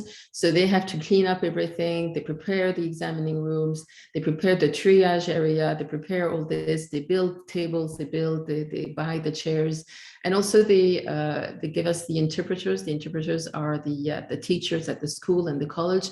So they participate. And yes, there's an economic fallout or benefit for them, and I think this is reasonable, and we come to terms with this. But I do let them know that I know, and I do let them know how much I estimate that the gains are, so that they know that we're aware of what's happening, and I think that's important.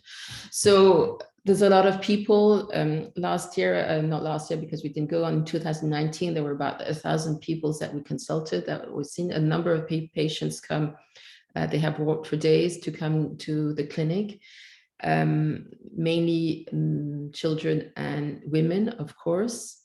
We have only 3 days of consultation. We have the Monday, the Wednesday, and the Friday morning. The rest of the days are for health education sessions that we have with women, and that we have with men, and also with the school children and the college students. This is the pharmacy, and this is Nabil, who helped us set up the pharmacy. This is an important part, and we do a lot of teaching, educating of how to take the medication, when to take the medication, how to store the medication, and there's always an interpreter with us. And I think the population really is very very recognizant of all the work that we do and the time that we take to explain the medications for them. And of course, as I said, it is an economic benefit for the village, and it is an event for them, having 1,000 people coming there. So I did point out to them that they can also, I mean, the women can come and sell, because a number of the women did not come to the consultations because they have to be at the market. So we did tell them, we knew that there's 1,000 people, you need to feed them, you need to give them water. So they made an event out of this, and I think this is important too. I mean, this is part of the determinants of health. I mean, if they have more financial benefits from this, we do recommend that they have a sort of a some sort of a cagnotte, a sort of a resource money for women from the village who would have an emergency during the time that we're not here. It is a recommendation. We talk about it. I don't know if they do it, but this is one of the things that we'd like them to do with the benefits that they come out from this event.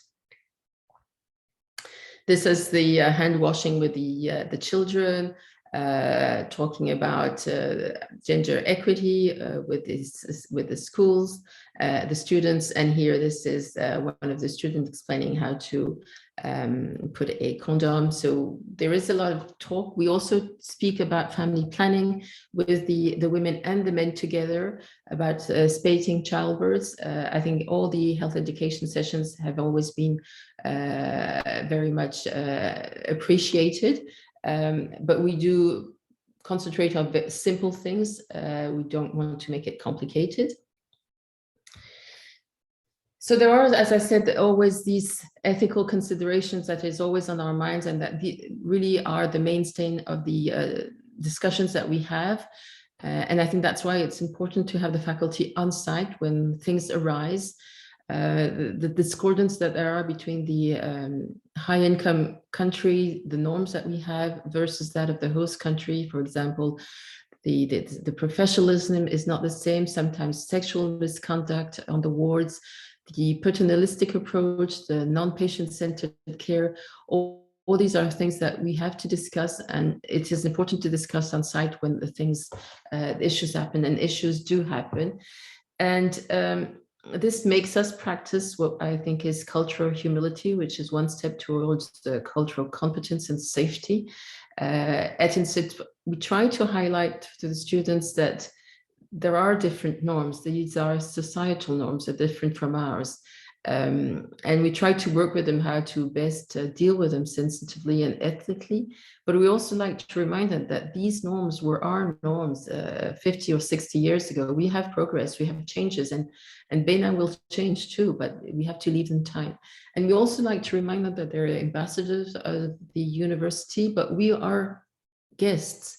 We cannot change in being on a ward 1 day or 2 day or 3 day. We cannot change anything. So we need to accept, we need to discuss, we need to maybe share what we do in our countries and how we also progressed. But I think the importance is that we are still hosts, guests, and that is very important. We're not there to impose anything, our values or whatever. So there's a knowledge sharing, do a lot of teaching with the medical students, with the staff. We had, for the staff, so the family planning sessions in Colli, the safe sex practices, the hand washing. We did have one of the residents do a participatory research on the needs of women, and family planning was definitely one of the main concerns for her, for them. Helping babies breathe, we do at the LAGI. I am, as well as Stephanie, instructors, and we also talk about postpartum hemorrhage, which is the simple actions that they could take before it being too complicated, and what to do when it gets complicated, but mainly the monitoring of the woman after the delivery. So we also do with the staff, and we had Patrick Foucault is from Nunavut, so he talked about the TB in Nunavut, and they were so surprised to see how in the IC country we can have the same maybe issues that they have with tuberculosis. So we have some very good exchanges with the staff and the at Cotonou. Unfortunately, we have had no student exchange. And this was something that we wanted to put forward, to have some monies to be able to receive students from Benin. But this is very complex, having students working within our wards. We've had difficulties having even students from Paris or from Lyon. So this is something that we're still working on. And we've had also, I think, insufficient research projects. And one of the issues is that Benin was never a priority country for SIDA or Global Affairs or IDRC.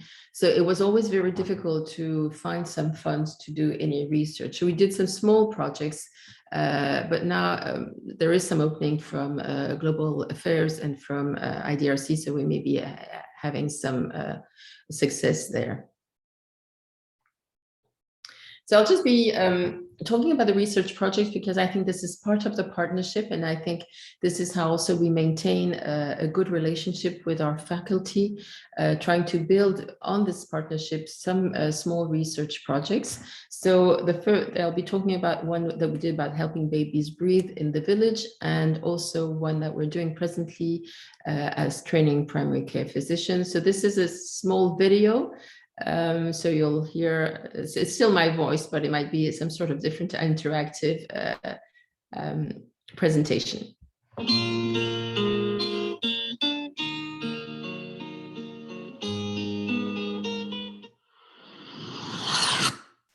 My name is MARIE-HÉLÈNE. I'm a family physician in Ottawa and a clinical researcher. With one of my colleagues, Stephanie Malherbe, emergency physician, we've been working for the last 10 years in Benin. Benin is a small francophone West African country situated between Togo and Nigeria. As in most of sub-Saharan Africa, Benin suffers from high neonatal mortality rates, the causes of which is most often neonatal asphyxia. There now exists evidence-based programs, such as Helping Babies Breathe, HBB, that can be taught to people of various or no skills. Our project will train villagers and community healthcare workers in immediate newborn care using HBB. In November 2015, we trained villagers in Koli, a rural village north of Cotonou, the capital. We first had group discussions with men and women of the village. This was useful to us. We got to know their preoccupations and needs, and they got to know us. The training was very much hands-on and was a huge success. The villagers were very quick learners and were very proud to have participated. We have learned much through this small pilot project. We would like to reach out to more villagers and healthcare workers. We believe in patient empowerment as a lever to change. In developing countries, HBB can reduce neonatal asphyxia and thus neonatal morbidity and mortality. We are confident such results can be reproduced in Benin if we reach out to the population. Thank you. So we did this, and we try, when we go back to Koli, we try to reinforce and we do some sort of refresher courses. We have trained, they are supposed to train others. It's not always easy for them. They don't have the time and they don't always have the confidence to do that, but we retrain them and we refresh the knowledge each time we go with Stephanie. The other project that we have going on is the project METIS. This also, if we have some sort of a background, was also an informal discussion. And again, it's Jean Roy who was instrumental there. In fact, he was waiting for a bus when Alain Marieux came to visit with a delegation from Lyon, and waiting for the bus. They talked together, and Jean explained what we were doing in Benin. And then Alain Marieux, who's the president of the foundation Marieux, not the laboratory Marieux, said, well, maybe you should try. We could have some funds. We could do something together. And finally, this is how it started. And we looked at what Marieux wanted as what their interests were. It's of course infectious diseases. So we worked with our partner in Benin, who is Lucien Dossou-Bété, who is the president of the Plateforme du Secteur Sanitaire Privé, so the private side of the health sector. And we discussed what the items and what he think we should be talking about. So he defined the topics of this project that we put together. So the topics that we cover is infection control for caregivers and patients, prevention of surgical site infections, antibiotic prophylaxis, antimicrobial resistance, and hepatitis B. And there is also cross-cutting topics as professionalism and ethics. So we've had all together at least now nearly 30 and about 60 primary care physicians.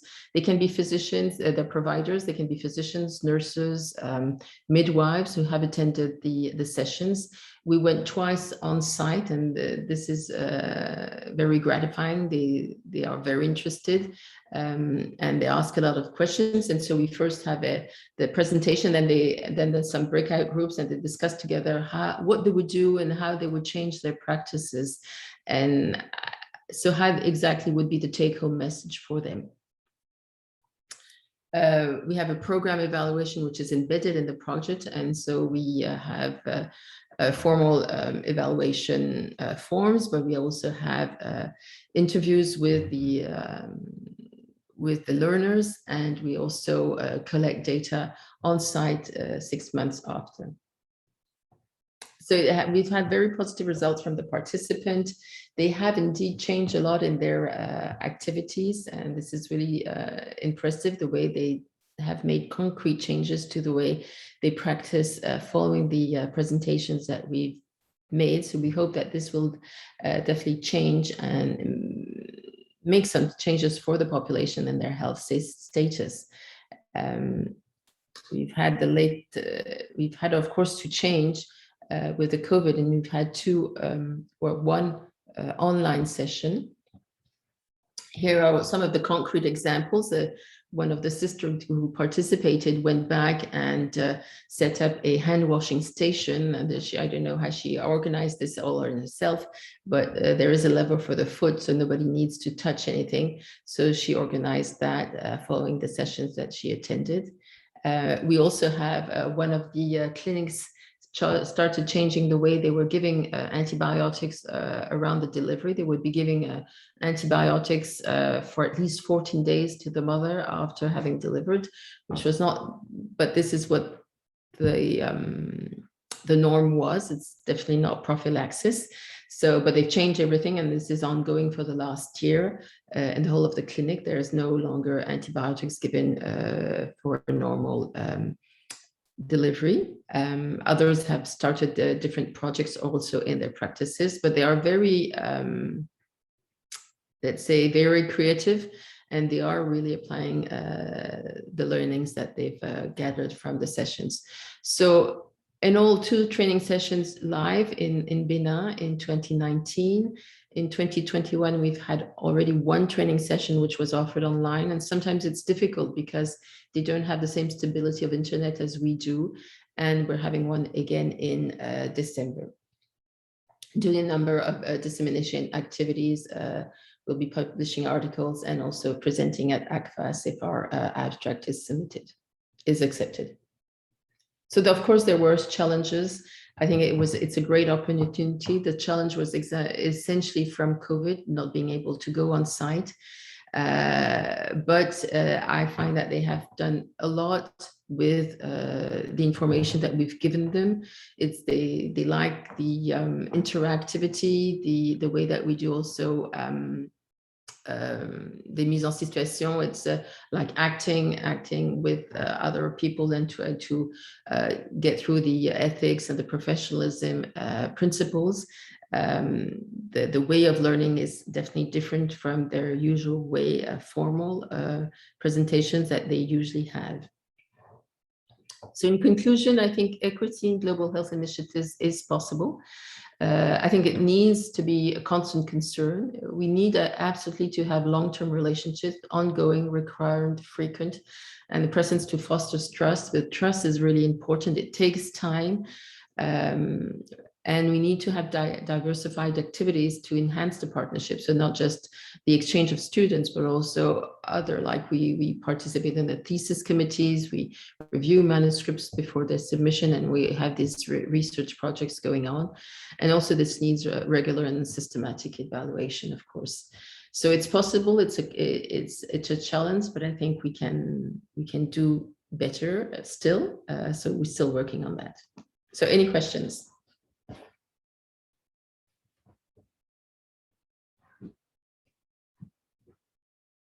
Heather, you're mute. Okay, merci, Marie-Hélène. So for everyone on the call, similarly, you can raise your hand and I'll monitor that. Or there have been several comments in the chat. So as well, perhaps you'll be able to see them now if you take a look at that. All really very supportive and comments about an inspiration of the longevity of this elective.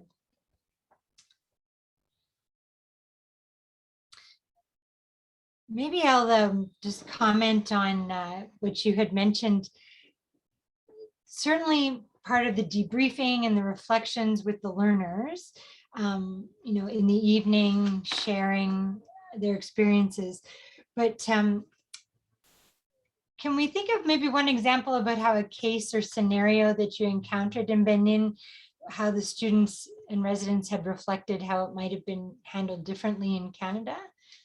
And maybe it would be surrounding, I thought your point about no patient-centered care being interesting. So maybe if you just expanded on that a bit. Well, in different situations, the disparaging way, the staff, the faculty talks with the medical students, the way, you know, the patient is lying in the bed and people are talking about the case, but nobody is looking at the patient or talking to the patient to explain what's happening. There was sometimes we've had codes and nobody resuscitates anybody. Well, this is normal, he's dying. A mother coming in with a dead infant, but okay, well, no need for you to come here, goodbye, and no support for the mother. All these things are very troubling for the students, seeing mothers die, which we are, I mean, the first time I was there, I mean, I did the obstetrics for 15 years. I'd never seen a woman die in delivery, but there, I mean, you were walking over corpses in the wards. I mean, these things are troubling, and we need to discuss about it. There was once also a sexual misconduct or disparaging comments made to a student. And this was really devastating for the student. So we had to debrief. I cannot imagine how students going on an elective on their own manage that, because I think it's very difficult. So there are issues nearly every day, and I think we need to be there.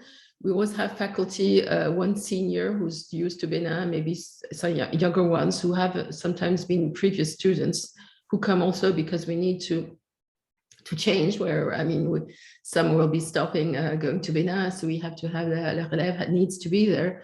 So we're there for them, and I think this is really important. It helps them through, even though it's still very difficult.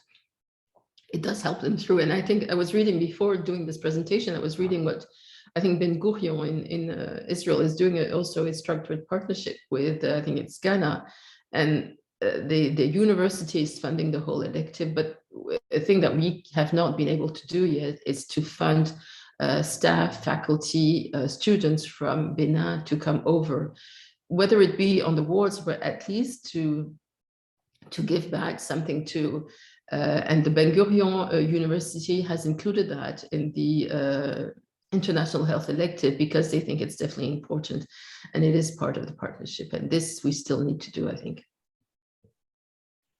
Thank you. All right, Dr. Nicole Lasso from Infectious Diseases, I will field your question, Nicole. Ben, félicitations, c'est incroyable le travail que vous avez fait.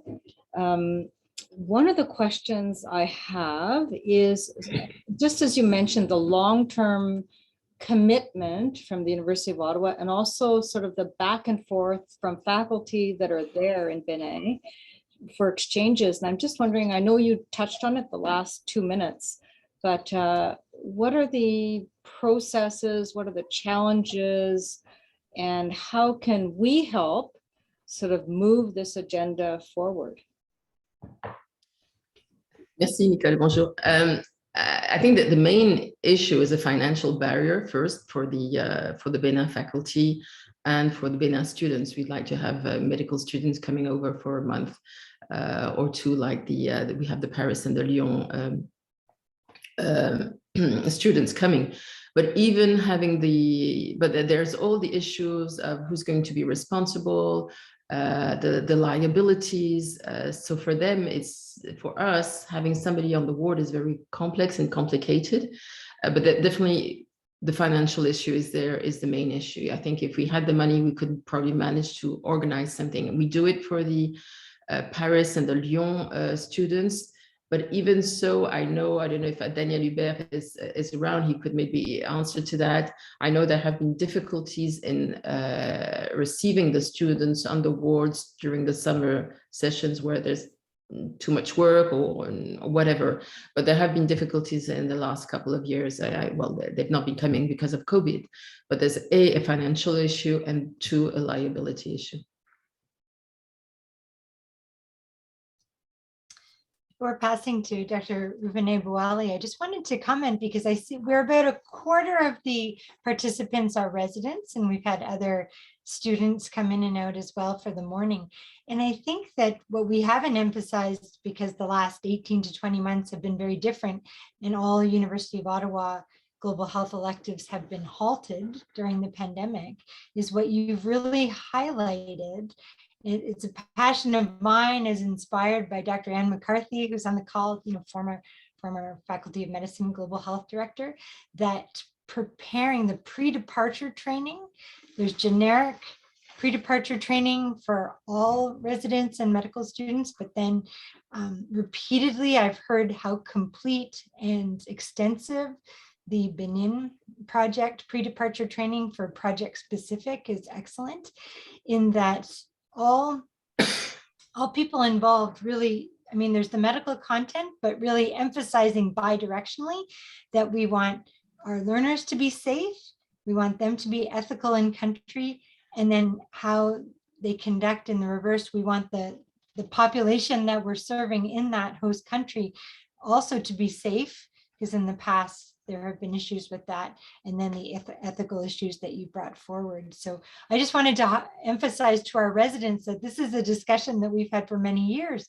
and it's just that in the last 2 years it's gone by the wayside a little bit, but you have a lot of impassioned people on the call about global health education.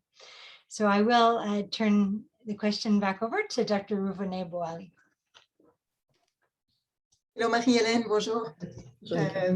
Thank you so much for your talk. I think you really gave an eye-opening description of how the many challenges that there are in global health electives and how you can try to best prepare the residents and students to confront what they are going to see in the countries.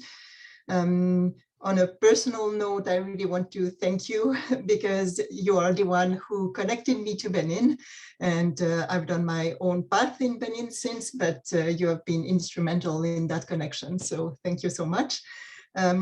So I have 2 comments and 1 question. So one, I think you really illustrated so well, is the importance of going back to the same place. So as you said, you don't get used to the country, people don't have trust in you if you don't go back. And I had this comment many times that because I do go back so many times to Benin, they start to believe that they can do something because they see that I believe that they can do something. And that's one important aspect.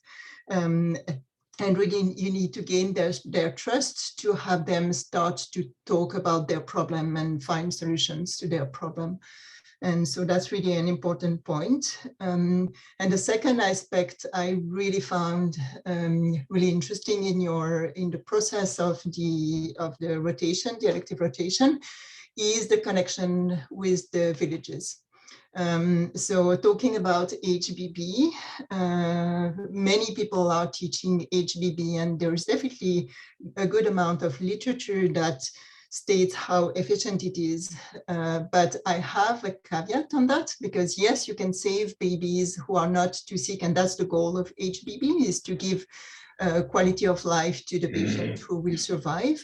But the part that we do not touch with HBB is what's happening to the mom and all the process of referring a mom to a center which can deal with her condition and get a healthy baby at the end. And so as much as I've been working with obstetricians and pediatricians in the hospitals, this is something you cannot control, is the prenatal part of the asphyxia. And so we have now started, like you do, to work with a village that we have been working with, to reach out to the ladies of the females of the village who are really influential, to try to escort the mom throughout the pregnancy, inform the father, inform the community stakeholders, to be able to refer the ladies when there is a problem around the delivery, and when we can expect that there will be a problem. And so I think that approach of the healthcare system in low resource countries is really important. And then my question is, so I think you touched on that quite a bit in your talk, is we go there, it's a really interesting exposure to discover what happens in some other parts of the world. But what can the students or residents going on elective really bring to the country when they go on such a short rotation? Yes, so that's a concern, of course. I think, as you say, I think we take more than we give. I think we do try, as there was the need to support the medical curriculum, we do try to, the students each time participate in a session of PBL or clinical reasoning with the medical students. We cannot change the curriculum. I mean, I have seen a number of deans go by, they all have their own vision. And even though the first one did want to change the curriculum, nothing really happened. But we're there to exchange with the students. I think all the students can do. We are very, very limited in what we can change in such little time. But I think the exchange with the students is always very informative for the local students. They hear, they see what is happening elsewhere. And I don't know if that is going to change. Is that going to bring one of them to do a master's somewhere else? I don't know. The way that we do sometimes have the opportunity, it's not always possible to have a medical student come with us to the village. And we've had that at least on a couple of times, and they all found it very informative because they see the way we talk together, faculty and students, which is so different from what they have. So we preach more by example than by really exchanging anything else, by the way that they see that we carry on. That's mainly the only thing. We would like to do more, but you know, it's the hierarchy is so intense in those countries, as it was in our countries too. I mean, you know, I'm also French, and Nicole, you're Swiss, and so we know how it is. And if the top doesn't change, and well, it does happen here too, but I mean, if there's no political will to change, I have made presentations with the Ministry of Health Education, of Superior Education, with the Ministry of Economics, with the Ministry of Health, with the Ministry of Social Affairs, trying to bring forward, you know, something different like the family medicine residency. They're not ready for that yet. Things are changing, but I think we just need to keep the contact, to keep the trust. I don't want to impose anything. I think, you know, they can do things differently, but they will change, and we'll be there. If they need us, we're there. And I think that's essential, that they know that we trust us the way they trust you, Nicole, you know. And I, you know, as you say, if I go in a restaurant, you know, people recognize me, and I'm sure enough for you, it's the same thing, you know. And that shows that, you know, that there's something for me, it's very important, because it shows that, you know, I can't say we're very accepted, but we're there, part of them, and we are a factor, and they you know, they factor us in. And so we need to be visible. And this is what, you know, as Heather was saying, you know, we're opening this. We'd like to open this to residency in pediatrics, in OBGYN. We're looking also into having residents from psychiatry, because mental health there also is important. But because it's important to us, because we have a Black community here that we need to cater for. But I think it's important also because there is an exchange by the examples that we bring. And I think that's important too. Thanks again. All right. So on behalf of the Department of Pediatrics at the Children's Hospital, Eastern Ontario, I really want to thank profoundly for stepping in as well, but just knowing that we've benefited from over 10 years, you know, of your discussion, 10 to 15 years of the relationship with Benin and University of Ottawa, and really providing for us the detailed example of how a sustainable partnership can work. And I know that you have inspired, you know, over a decade's worth of medical students and learners to likely, as Dr. McCarthy has put in the chat, there's evidence to say that even short-term global health electives, when you really see and interact with other healthcare systems and other lower income countries, these healthcare professionals come back and they choose to work in low resourced and with marginalized populations. So it is inspiring. Thank you very, very much.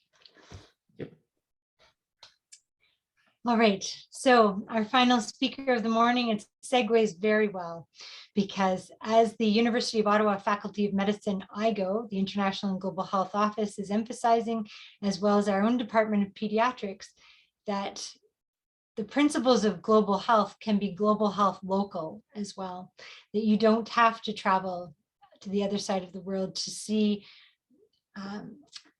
you know, healthcare resources that are very, you know, difficult to reach, that patients in inner cities, in rural areas, through the multicultural aspect of Canada, do have issues and inequities in having healthcare access. So I invite Dr. Toby Odsent, from the Division of Pediatric Medicine and our Pediatrics Program Director, to introduce our next speaker, Dr. Sarah Funnell. Thanks, Heather. So it's my great pleasure to introduce our next speaker, Dr. Sarah Funnell. And Dr. Funnell's a family physician and a public health specialist who completed her public health and preventative medicine training right here in Ottawa, including her master's in epidemiology.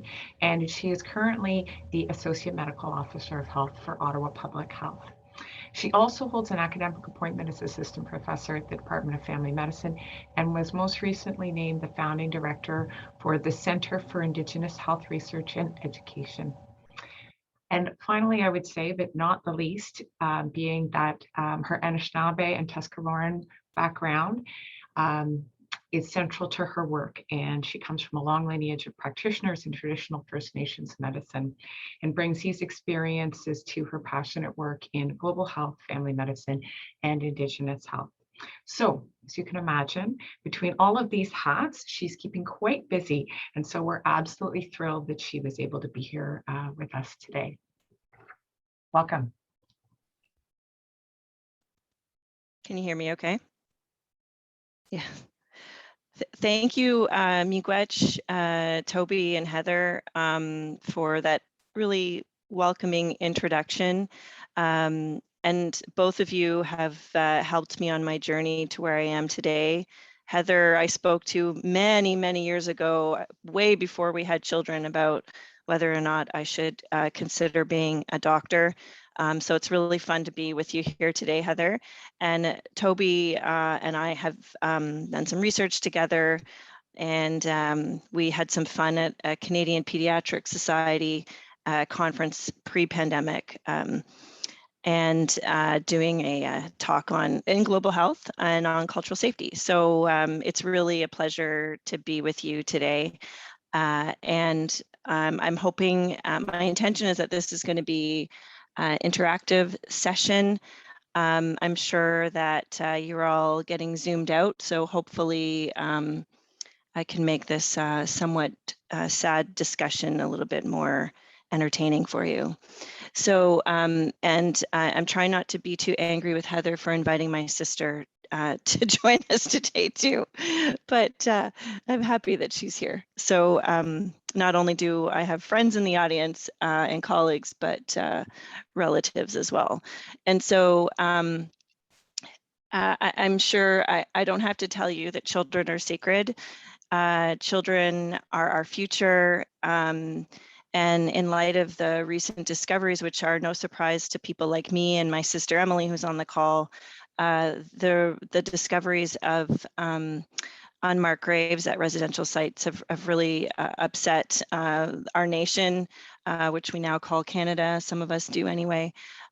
So let's just keep in mind how sacred children are. And I know all of you work together to ensure that children have the highest quality of healthcare and can achieve all of their dreams. Today, I just wanted to chat with you all about root causes of Indigenous health inequity, explore culture's treatment, and we can discuss ways to uplift Indigenous people's strengths. And so going through our medical system, I sat through numerous lectures on Indigenous health, or there were parts of lectures on Indigenous health that focused on our deficits. And that was always pretty difficult to sit through. And what the elders and youth tell us is that we have lots of strengths. And so I think if you start from a point of strength, you have a less steep hill to climb. And some of the work that Toby and I did earlier on focused on children's strengths as well. And so that's the layout for our time together. And I just wanted to frame the way I think about this before we start. And this is the perspective that I come with to discussions on Indigenous health, particularly as it relates to women and children. And I always share this quote from my colleague, Dr. Marcia Anderson, because it's so critical. And I just have to move my head because I can't really see it. But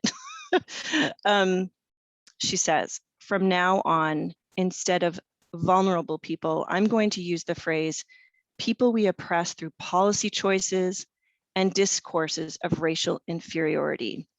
It's a bit longer, but I think it will help us focus on where the problems actually lie. And so I want you to think about that. And that's a pretty big ask, because when we're faced with this type of root cause analysis, it can feel really big. And it can feel really difficult to tackle. I know I feel that every day, and some days I'm more tired than other days, but we don't work alone, right? We work in teams. And so when those days that you're feeling tired, someone else, you have to ask them to take the lead for you. And so there have been many days where I've done that with my Indigenous physician colleagues, that we take turns at taking the lead on these things. I'm going to help you find more resources on this as well. But what I want you to know is that Dr. Marcia Anderson and Dr. Lisa Richardson and I and some other Indigenous health physicians have worked with the Royal College on approaches to Indigenous health. So I do not want you to leave feeling like you don't have resources to improve your practice or your care or your interactions with colleagues that are Indigenous, because you absolutely can. And so the thought that providing care to Indigenous children and their families as charity or as a gift from us to them has to be removed. That benevolence, where we approach a situation with the best of intentions, is not enough. That we really have to take an anti-racist, anti-oppression approach to dismantle, including our hospitals. So before I joined you today, early this morning, I was talking to my daughter, Ruby, who's 14, and Emily's niece. And I said, I'm meeting with CHEO people this morning to talk about how we can, to talk about Indigenous children's healthcare and wellness. And what do you want me to tell them? I tried to get her to join me, but she's feeling shy. And she said, well, what are you talking about, Mom? Like, do you mean like mental health or like physical health? And I said, well, both, because immediately her first thought was like, well, you're going to want to hear about physical health, but what she wants to tell you is about how her heritage and the way healthcare can improve her interaction as an Indigenous person affects her mental health and her wellness. And so we talked a little bit about that. And she said, well, I don't know if this happens as much in Ottawa, but it really upsets me to see Indigenous people getting worse care. She's like, it must happen at CHEO because it happens everywhere. But that she couldn't think of an example where it had happened to her at CHEO. But there is that sentiment, right? As an Indigenous person, that we may not get the best care because of who we are. And even though you all have the best of intentions, there's more that we can do to ensure that people have a sense of belonging at CHEO and in the other clinics or places that you work. So I know that this can be a difficult conversation because we all have really good intentions. And a lot of us have learned and take pride in this nation that we call Canada. And so to hear these types of sentiments and to learn about children that didn't make it home, because a residential school survivor is literally a survivor. They didn't die at residential school. It's really hard because you have two thoughts at the same time, right? You have this thought about how tragic and horrible and unfair and unjust that is. And at the same time, there's so much beauty here. And there's, as a previous speaker, right? So many amazing things about our healthcare system that we value and that we're proud of. So it's hard to hold those two thoughts at the same time, but just sit with it. And you'll get to a different place, and we'll all provide better care if we can sit with that discomfort and not push it away. And so the next, I'm trying to change my background slides and be sly, but the next thing I want to take us through is, if you're open to using the chat or speaking out loud, our moderators can help. I want you to imagine, I'm going to focus on deficits, and then we're going to focus on strengths, but let's start on deficits. Think about an Indigenous health inequity that you're aware of. Focus on pediatrics or maternal child care. And so when I teach our public health residents, I make them analyze a life table, but I won't put you through that. And so the conclusion in the end that they get to while looking at this life table is that Indigenous people have lower life expectancy at birth. So just being born Inuit or just being born Métis or First Nations, you already have lower life expectancy. And so I asked them to explain that to me. Why is that? And so I'm going to put you through this part of the exercise.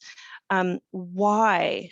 And I'm picking this inequity, but there are many others. But why is there lower life expectancy for Indigenous people? And Anne McCarthy, Anne says, she thinks about really basic things like food security and disparity, in example, TB rates. Yeah, so TB rates, impact of mental health and higher suicide rates, right? Racist health and social systems. So if we were to say basic things like, why would Indigenous people have higher rates of food insecurity? Why are Indigenous people more food insecure than non-Indigenous people? Because what I'm telling you is that life expectancy based on at birth is different, and that's based on race alone. There's no genetic reason for that. There's no biological reason. It's about race. And so if we trace that back to food insecurity, because there's any pathway we could take to ask ourselves why, what is the root cause of this?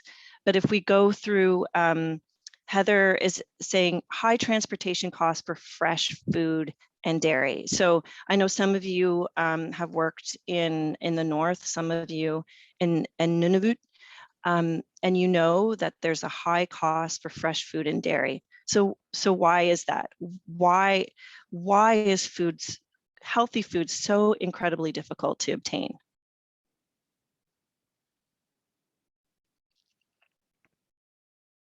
Okay, so this is where I get to have fun, because I get to choose the path we're going to take. And so we could talk about climate. Okay, so climate, you just can't grow fresh food in the north. And traditionally it wasn't grown, but people survived and thrived. So there is something else going on here, and Marjorie is getting to it, that there is historical policies focused on removing traditional food supply. So why would that policy exist? Why, why would there be a policy on removing a traditional food supply?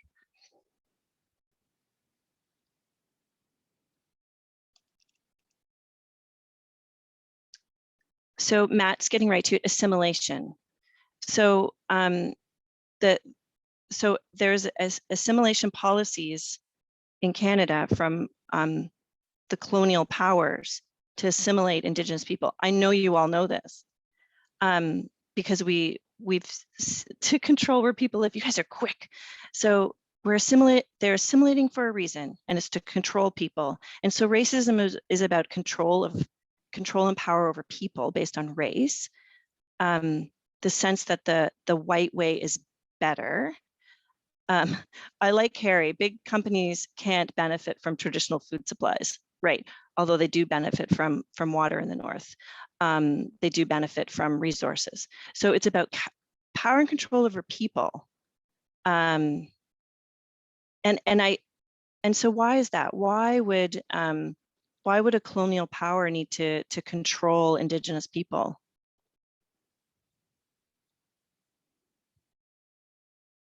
So control activities, control movement, control the way they parent. Why was that required in the eyes of a colonist? So Michelle was onto something. There was a belief that they were better, for sure, but it's more sinister than that, actually. It's more sinister than that. So we had before to control where people live. So control where people live and how they live. And why? Why would that be necessary? And you're getting at it. There's this like, don't value their culture. It's more, I think it's land. Oh, Emily, she's secretly messaging me. To gain sovereignty over land. Sovereignty over land. Control the land. And we know how beautiful Turtle Island is, right? We know the riches this land has. We know it, we feel it. We choose to live here, I believe, because of that. It's to control the land and the resources of the land. And those are the root causes of the inequities we see today. What are we gonna do about that? So let's talk about that. So the end result of this has been intergenerational trauma. And you can see that play through the different levels of racism. So we have interpersonal racism. That's that racism that is you can see with your eyes. Hate crimes, those types of a child getting their braids cut off in school. That's interpersonal racism. Somewhat that teacher dressing up as an Indigenous person that was all over Twitter, right? That's interpersonal racism. Those types of behaviors are supported by systemic racism. Systemic racism is really hard to see if you're not Indigenous or Black or a person of color. It's hard to see. So you have to start to analyze. Use your critical analysis skills that you learned to look at medical journals to the situations you see in front of you, and you'll start to see it. The saddest aspect of racism is internalized racism. And that was the ultimate goal of assimilation in Canada for Indigenous people, to assimilate us. And the end goal is when Indigenous people hate themselves and hate who they come from and hate their culture. That is internalized racism. That's the ultimate goal of assimilation.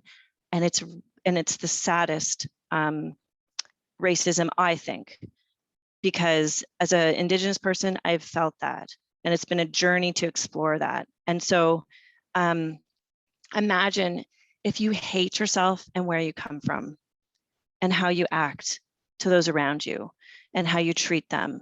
And you're not very kind to yourself or the people around you. And so from that, you can see that there's a lot of social disruption that we see today, not for everybody, but those that most need our help are suffering the most from internalized racism. And so, so from that stems this trauma experience, this intergenerational trauma that people experience, and it's complex. There's complex things at play, both biologically and emotionally and psychologically, that contribute to intergenerational trauma. And so, as I'm assuming a lot of you are practitioners, and you may not all be, but the message is still the same, is that to address all of this is to actually give some control back. And so if you're not familiar with trauma and violence informed care, I think it would be worthwhile delving into, because trauma and violence informed care allows us to understand that many people come to us with trauma experiences. And in the Indigenous context, that may be intergenerational. So although the child may not have experienced direct trauma, their family or community most certainly has, most likely. And so when you approach it from when you approach your care from a trauma and violence informed approach, you're aware that there could be trauma, and it sort of switches your lens in that interaction so that you, I do believe it improves our physician wellness to understand a little more about why patients say and do the things that they do, or perhaps don't follow our care plans. There's many reasons why patients don't follow our care plans, but it could be the result of trauma, fear, both like interpersonal trauma, but also trauma in the healthcare system. So, for example, when I was working in Akwesasne, I met elders that had very traumatic experiences receiving immunizations in day schools, and likely probably a similar experience in residential schools. So you could never have imagined or predicted that could be, but nevertheless, people come to you with all sorts of trauma, and you just have to be aware of it. And then there's other methods, both as an individual practitioner and as an organization, that you can promote trauma and violence informed care. And so part of that is, being culturally safe, and it's on a continuum. Right? Cultural safety, Toby and I have talked about this before. Cultural safety starts with this idea of cultural awareness, that there's a difference. And it's really focused on us as practitioners. I'm different from my patient. All the way to cultural safety and humility, where you're creating a safe space, but that safe space can only be defined by the patient. And we haven't done a very good job at figuring out how to assess cultural safety in the healthcare system. People are trying to figure that out right now. So I think, at some point we'll have some measures of that, because it can only be defined by the patient.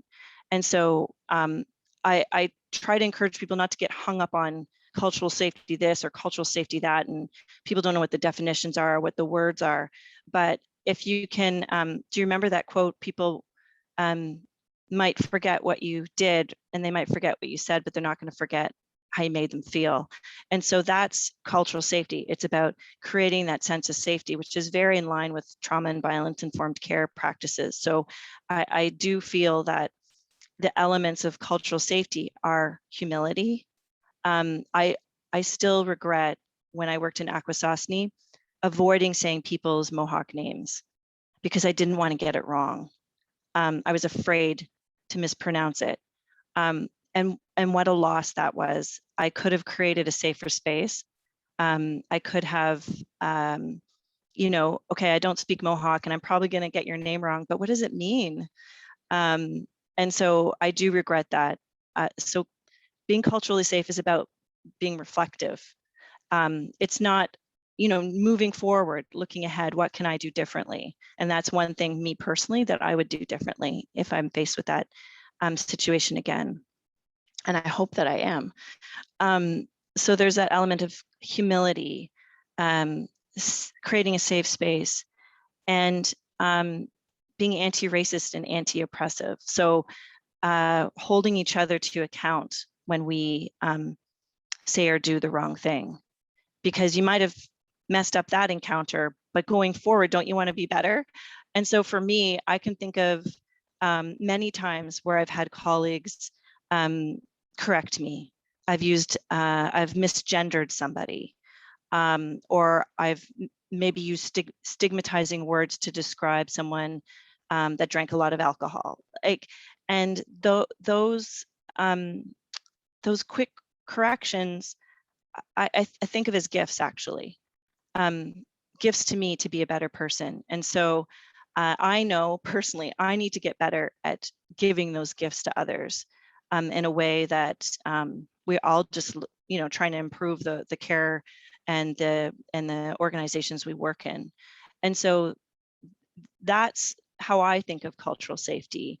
And I do tell people there are some hints that you're providing culturally safe care. And that's when patients come back. That's just one indicator.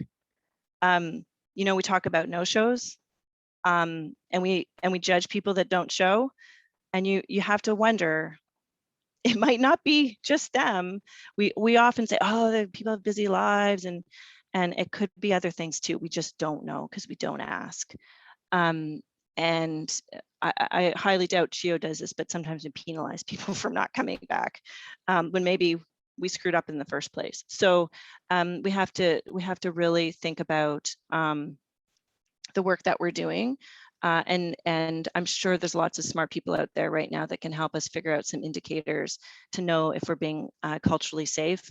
I know some of us at the curriculum level and the assessment level are trying to figure out how to assess learners whether they're providing culturally safe care.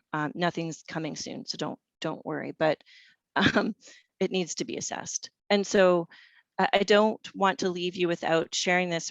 One of my favorite frameworks on social determinants of Indigenous health. It's from the National Collaborating Center for Indigenous Health, and they talk about distal, intermediate, and proximal determinants of health. And the distal ones are the most powerful. And we did that root cause analysis together to talk about racism and power and control over people. And that's colonialism. And that is and continues to be a very extremely powerful source of social determinants of health from which all others flow. And so that's colonialism, racism, assimilation, and lack of self-determination, and that's about power. And so from those flow the systems level determinants of health, the healthcare system, the education system, the legal system, the social system, all the systems where we see systemic racism at play. And from those, they impact directly on health. And so those more proximal determinants of health are the ones we started talking about earlier, right? Food security. So, we talk about health behaviors, those types of more proximal determinants of health that affect the health that patients come to see us with. So those, I can't have a talk without reminding people of this really great framework. So, so what do we do with this, right? So I told you from the beginning, we have strengths. Indigenous people have strengths, so many strengths. Elders tell us that our language, our culture heals us. Elders tell us that we actually have all that we need to be well. And I think about that often. And so, there's these amazing resources in our community across Turtle Island to help us determine what these strengths are for people. And it may be culture, it may not be, but people should have the option to seek those resources. And land is medicine. And isn't that interesting that many of you identified that land and control over land has impacted our health today, and that it's a really rich source of health and wellness, and that we have to honor our strengths. So all of this is, a bit of a downer when we talk about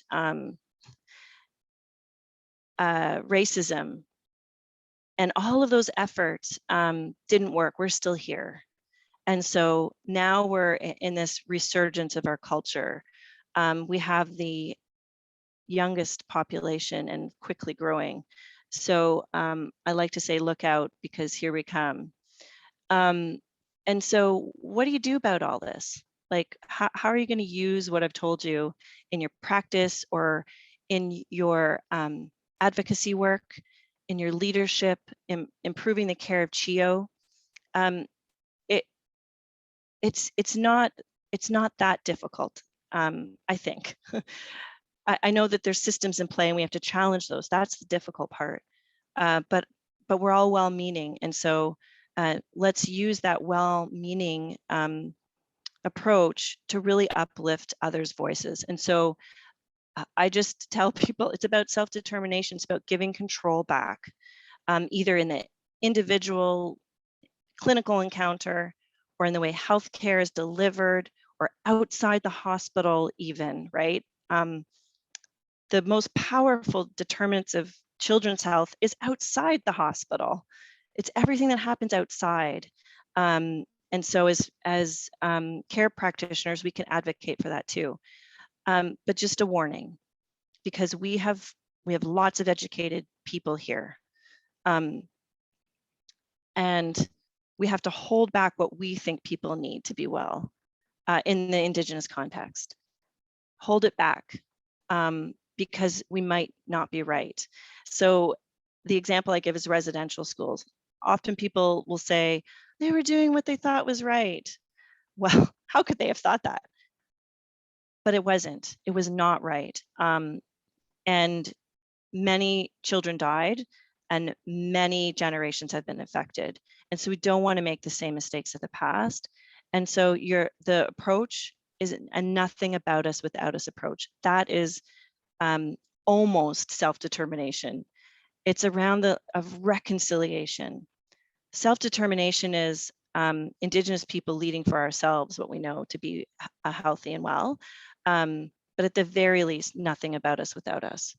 And so any program or any intervention that you want to do, particularly if it's you know, at advocacy level, please think about nothing about us without us, and hold back what you think Indigenous people need to be well, and you'll have a better impact on your patients. And so I'm nearing the end. I know you might have some questions. I just want to share with you, and I can give the list of resources to Heather. There's been lots of work at the college levels and probably other levels. I work with both the Royal College and the College of Family Physicians on some curriculum stuff. If you're at the beginning of your journey of learning about Indigenous health, the Indigenous Health Primer from the Royal College and this fact sheet on racism in healthcare from the College of Family Physicians are excellent starting points. And I was involved in writing them, but I will say that I've received lots of positive feedback unsolicited about both of these, particularly the Indigenous Health Primer, which is sort of newer in the last couple of years. So I'll leave you with those resources and I can give them to Heather as well. And here's one that Toby and I had promoted back when we did the talk for the Canadian Pediatric Society. It's one I still recommend, Toby. I really love it.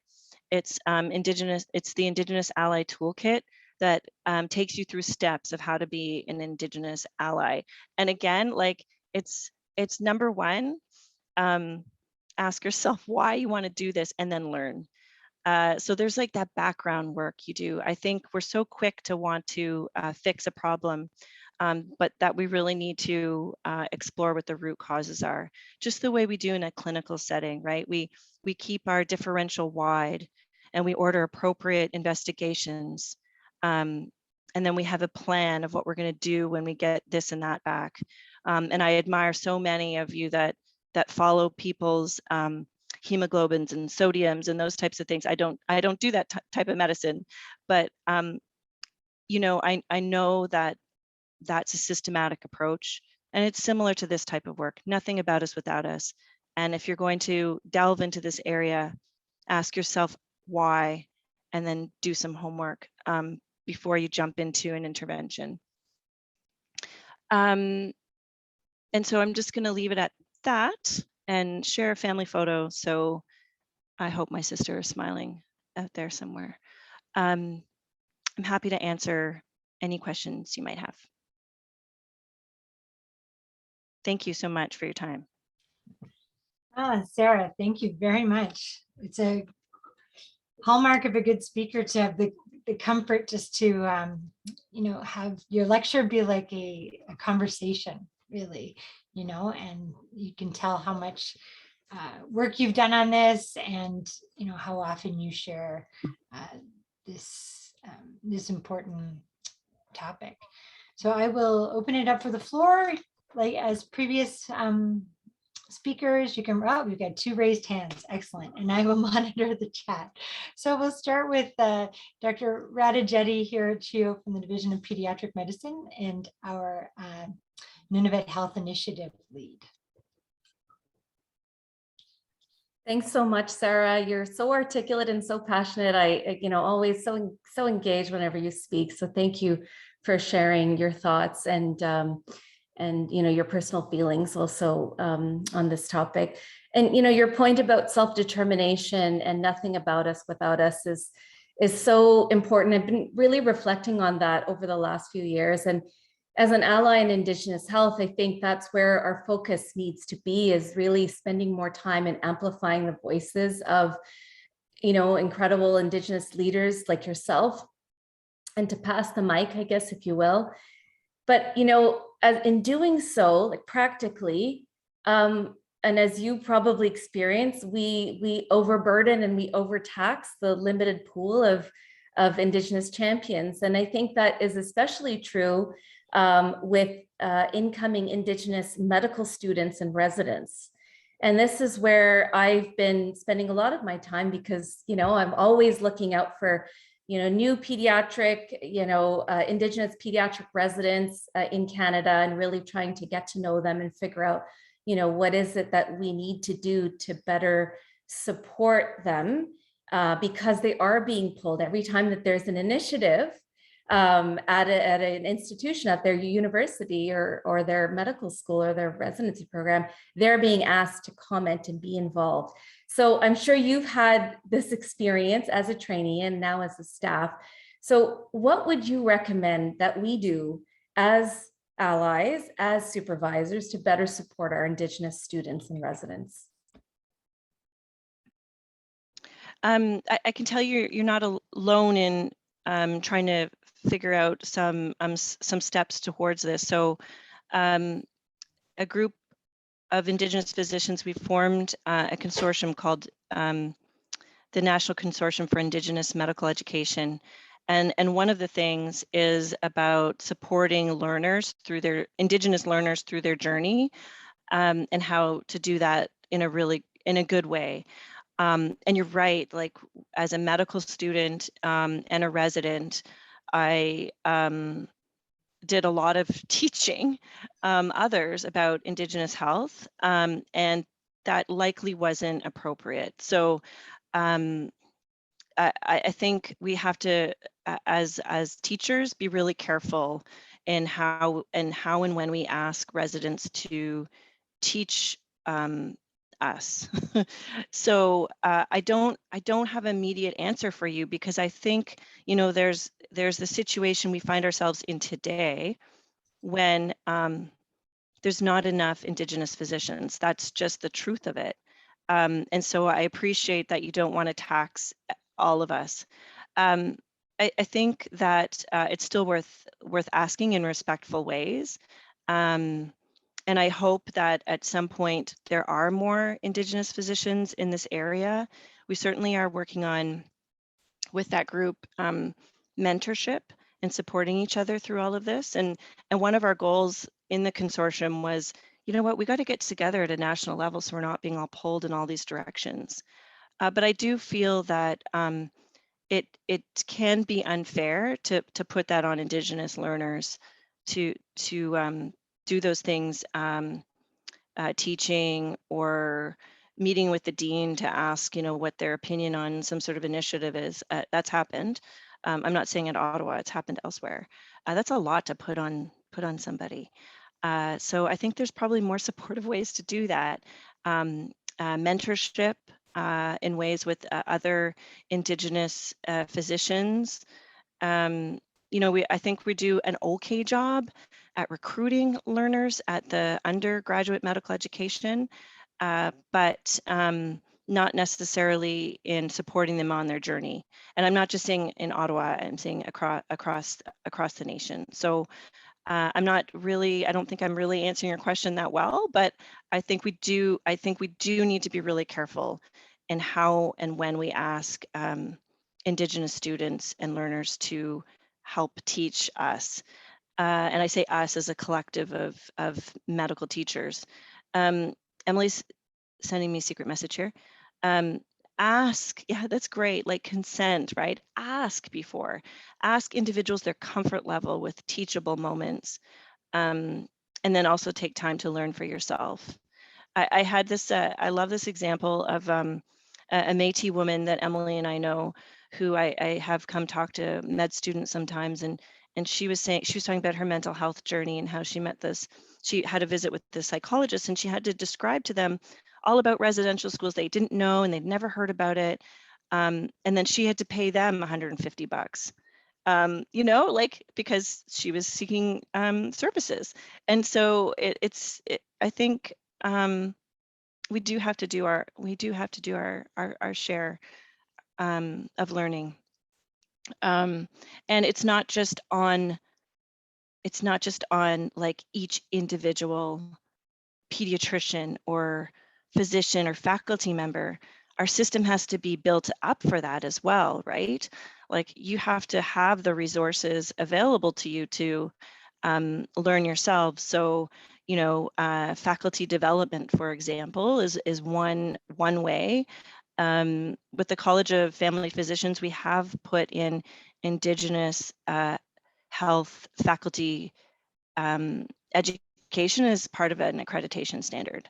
So there's these kinds of levers that we can use to ensure that faculty, non-Indigenous faculty and Indigenous faculty for that matter, I don't know everything about all Indigenous cultures across Turtle Island, that I can learn too. So it requires like individual change, but also system change that we can all learn to do a better job in this area. But I would be careful with asking learners to do that work that we should be doing ourselves. Dessa, I think, did you have a comment or a question? Thank you.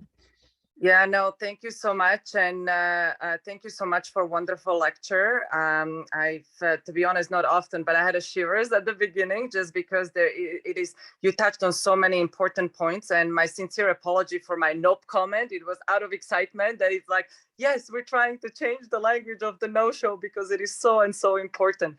I have one question, and that is, would just like your opinion on that.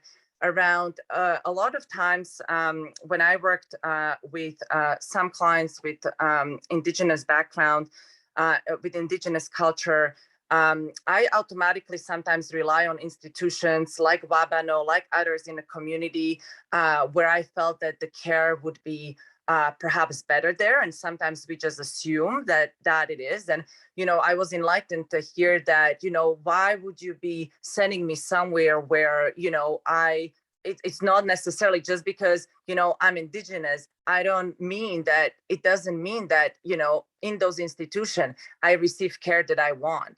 And for me, I guess it was a little bit of an aha moment, right? That we have these institutions that were built for delivering more culturally appropriate care, and people feel like they could be there within a safe environment. But at the end of the day, it's really just for a lot of people about naturally occurring resources that could, potentially, it is not sending me to another institution. And I wanted to ask you your opinion about that.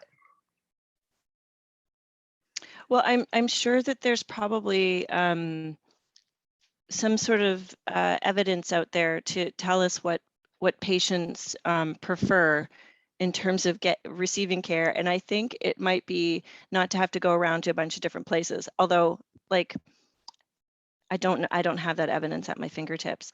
But thinking about, Radhajetti's type of work, that might be something to think about too. Like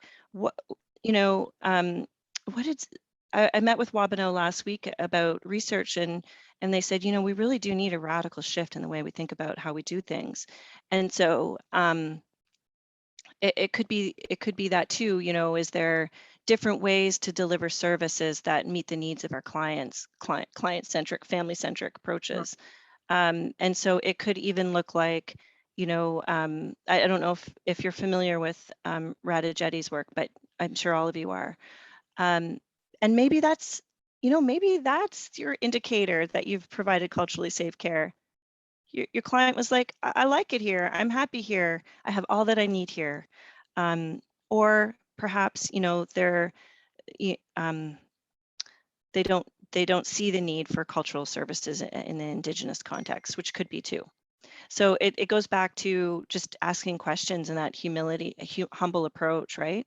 So I tried that when I was in Akwesasne. I would ask people if, because we had they have the option to send to traditional medicine.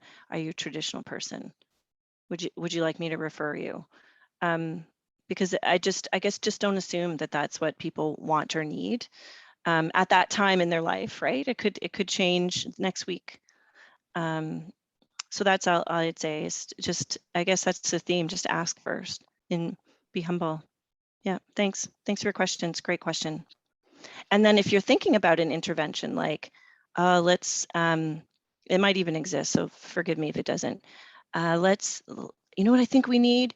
We need a pediatric Indigenous endocrinology clinic at CHEO. I have no evidence to say that's needed. It sounds nice, but how about a nothing about us without us approach and look into it first? So it's things like that, you know, maybe it's needed, maybe it's not, but you need to ask first. Thanks. Miigwech. I think that's a theme, which you just said, Sarah, about every bit of, you know, global health or international work or Indigenous work, right? Because Dr. Chomienne talked about really it has to be asked from the host community or it's, you know, it's not going to work. Dr. Lim talked about, you know, imposing COVID vaccinations on low income countries and then having very poor uptake because they didn't ask for them or they didn't understand the value. So it's very pervasive from that. One comment I just wanted to say, and you know, I don't remember where I learned this, but even all of us in our daily work on the wards and the clinics, things like that, I flipped the way I asked or introduced the concept of getting an interpreter or a translator with that comments. And I'm not sure where I heard it, but it was just instead of me saying, okay, I need to get an interpreter so I can tell you the plan, right? Or we can discuss the management. I heard it said that I need to get me an interpreter because I can't speak your language well enough to explain to you how we're going to manage, you know, the hospitalization. And so it not being a deficiency on the patient and family's part to say, well, you don't speak English well enough or French that we can't do that. But, you know, the reverse is like, well, I wish I could explain it to you. I could explain it to you in a way you could understand it. And so I have no feedback, but I just think that, you know, that was hopefully a culturally sensitive way of approaching that. I think it demonstrated your humility for sure. I'm going to share my screen for 1 second just before the final thank yous.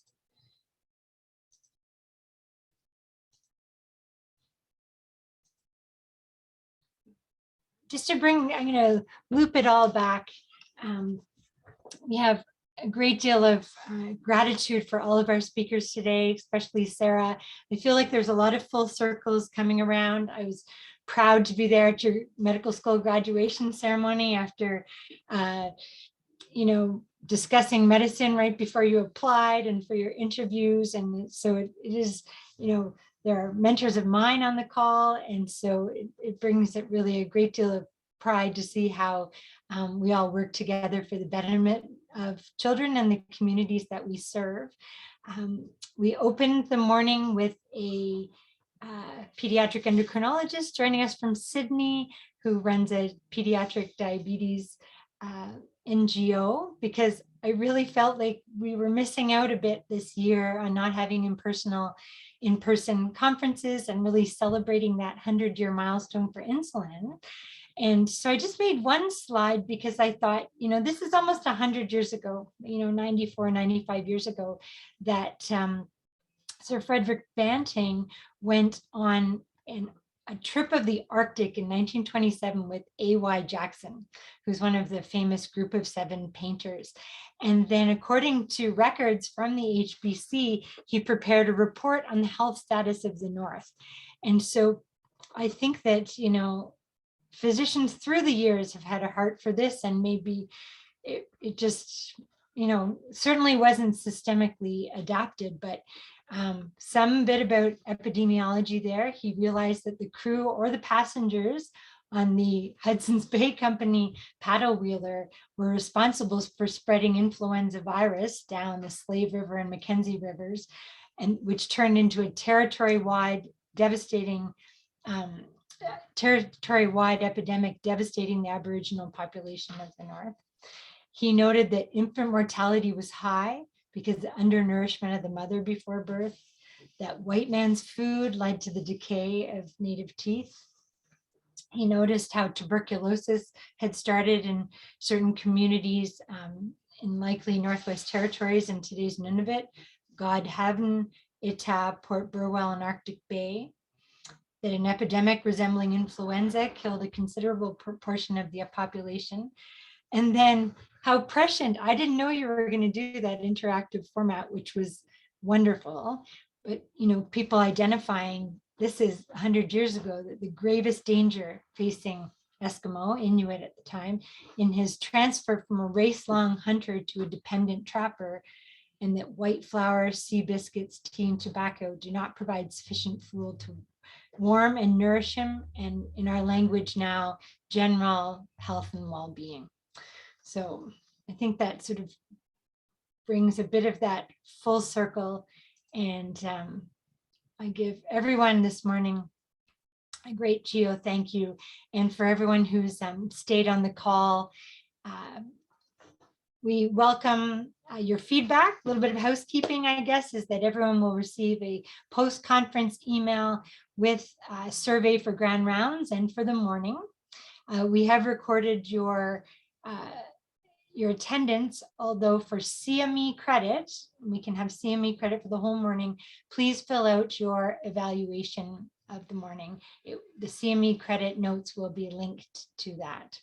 So thank you very much for everyone's involvement and for the, mentorship relationships and just the, interdisciplinary nature of all of our work. Thanks once again.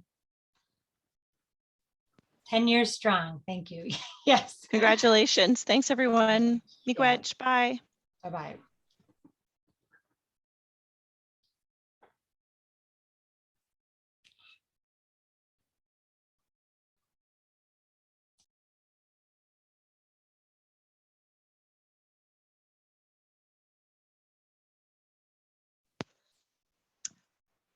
Really good conference.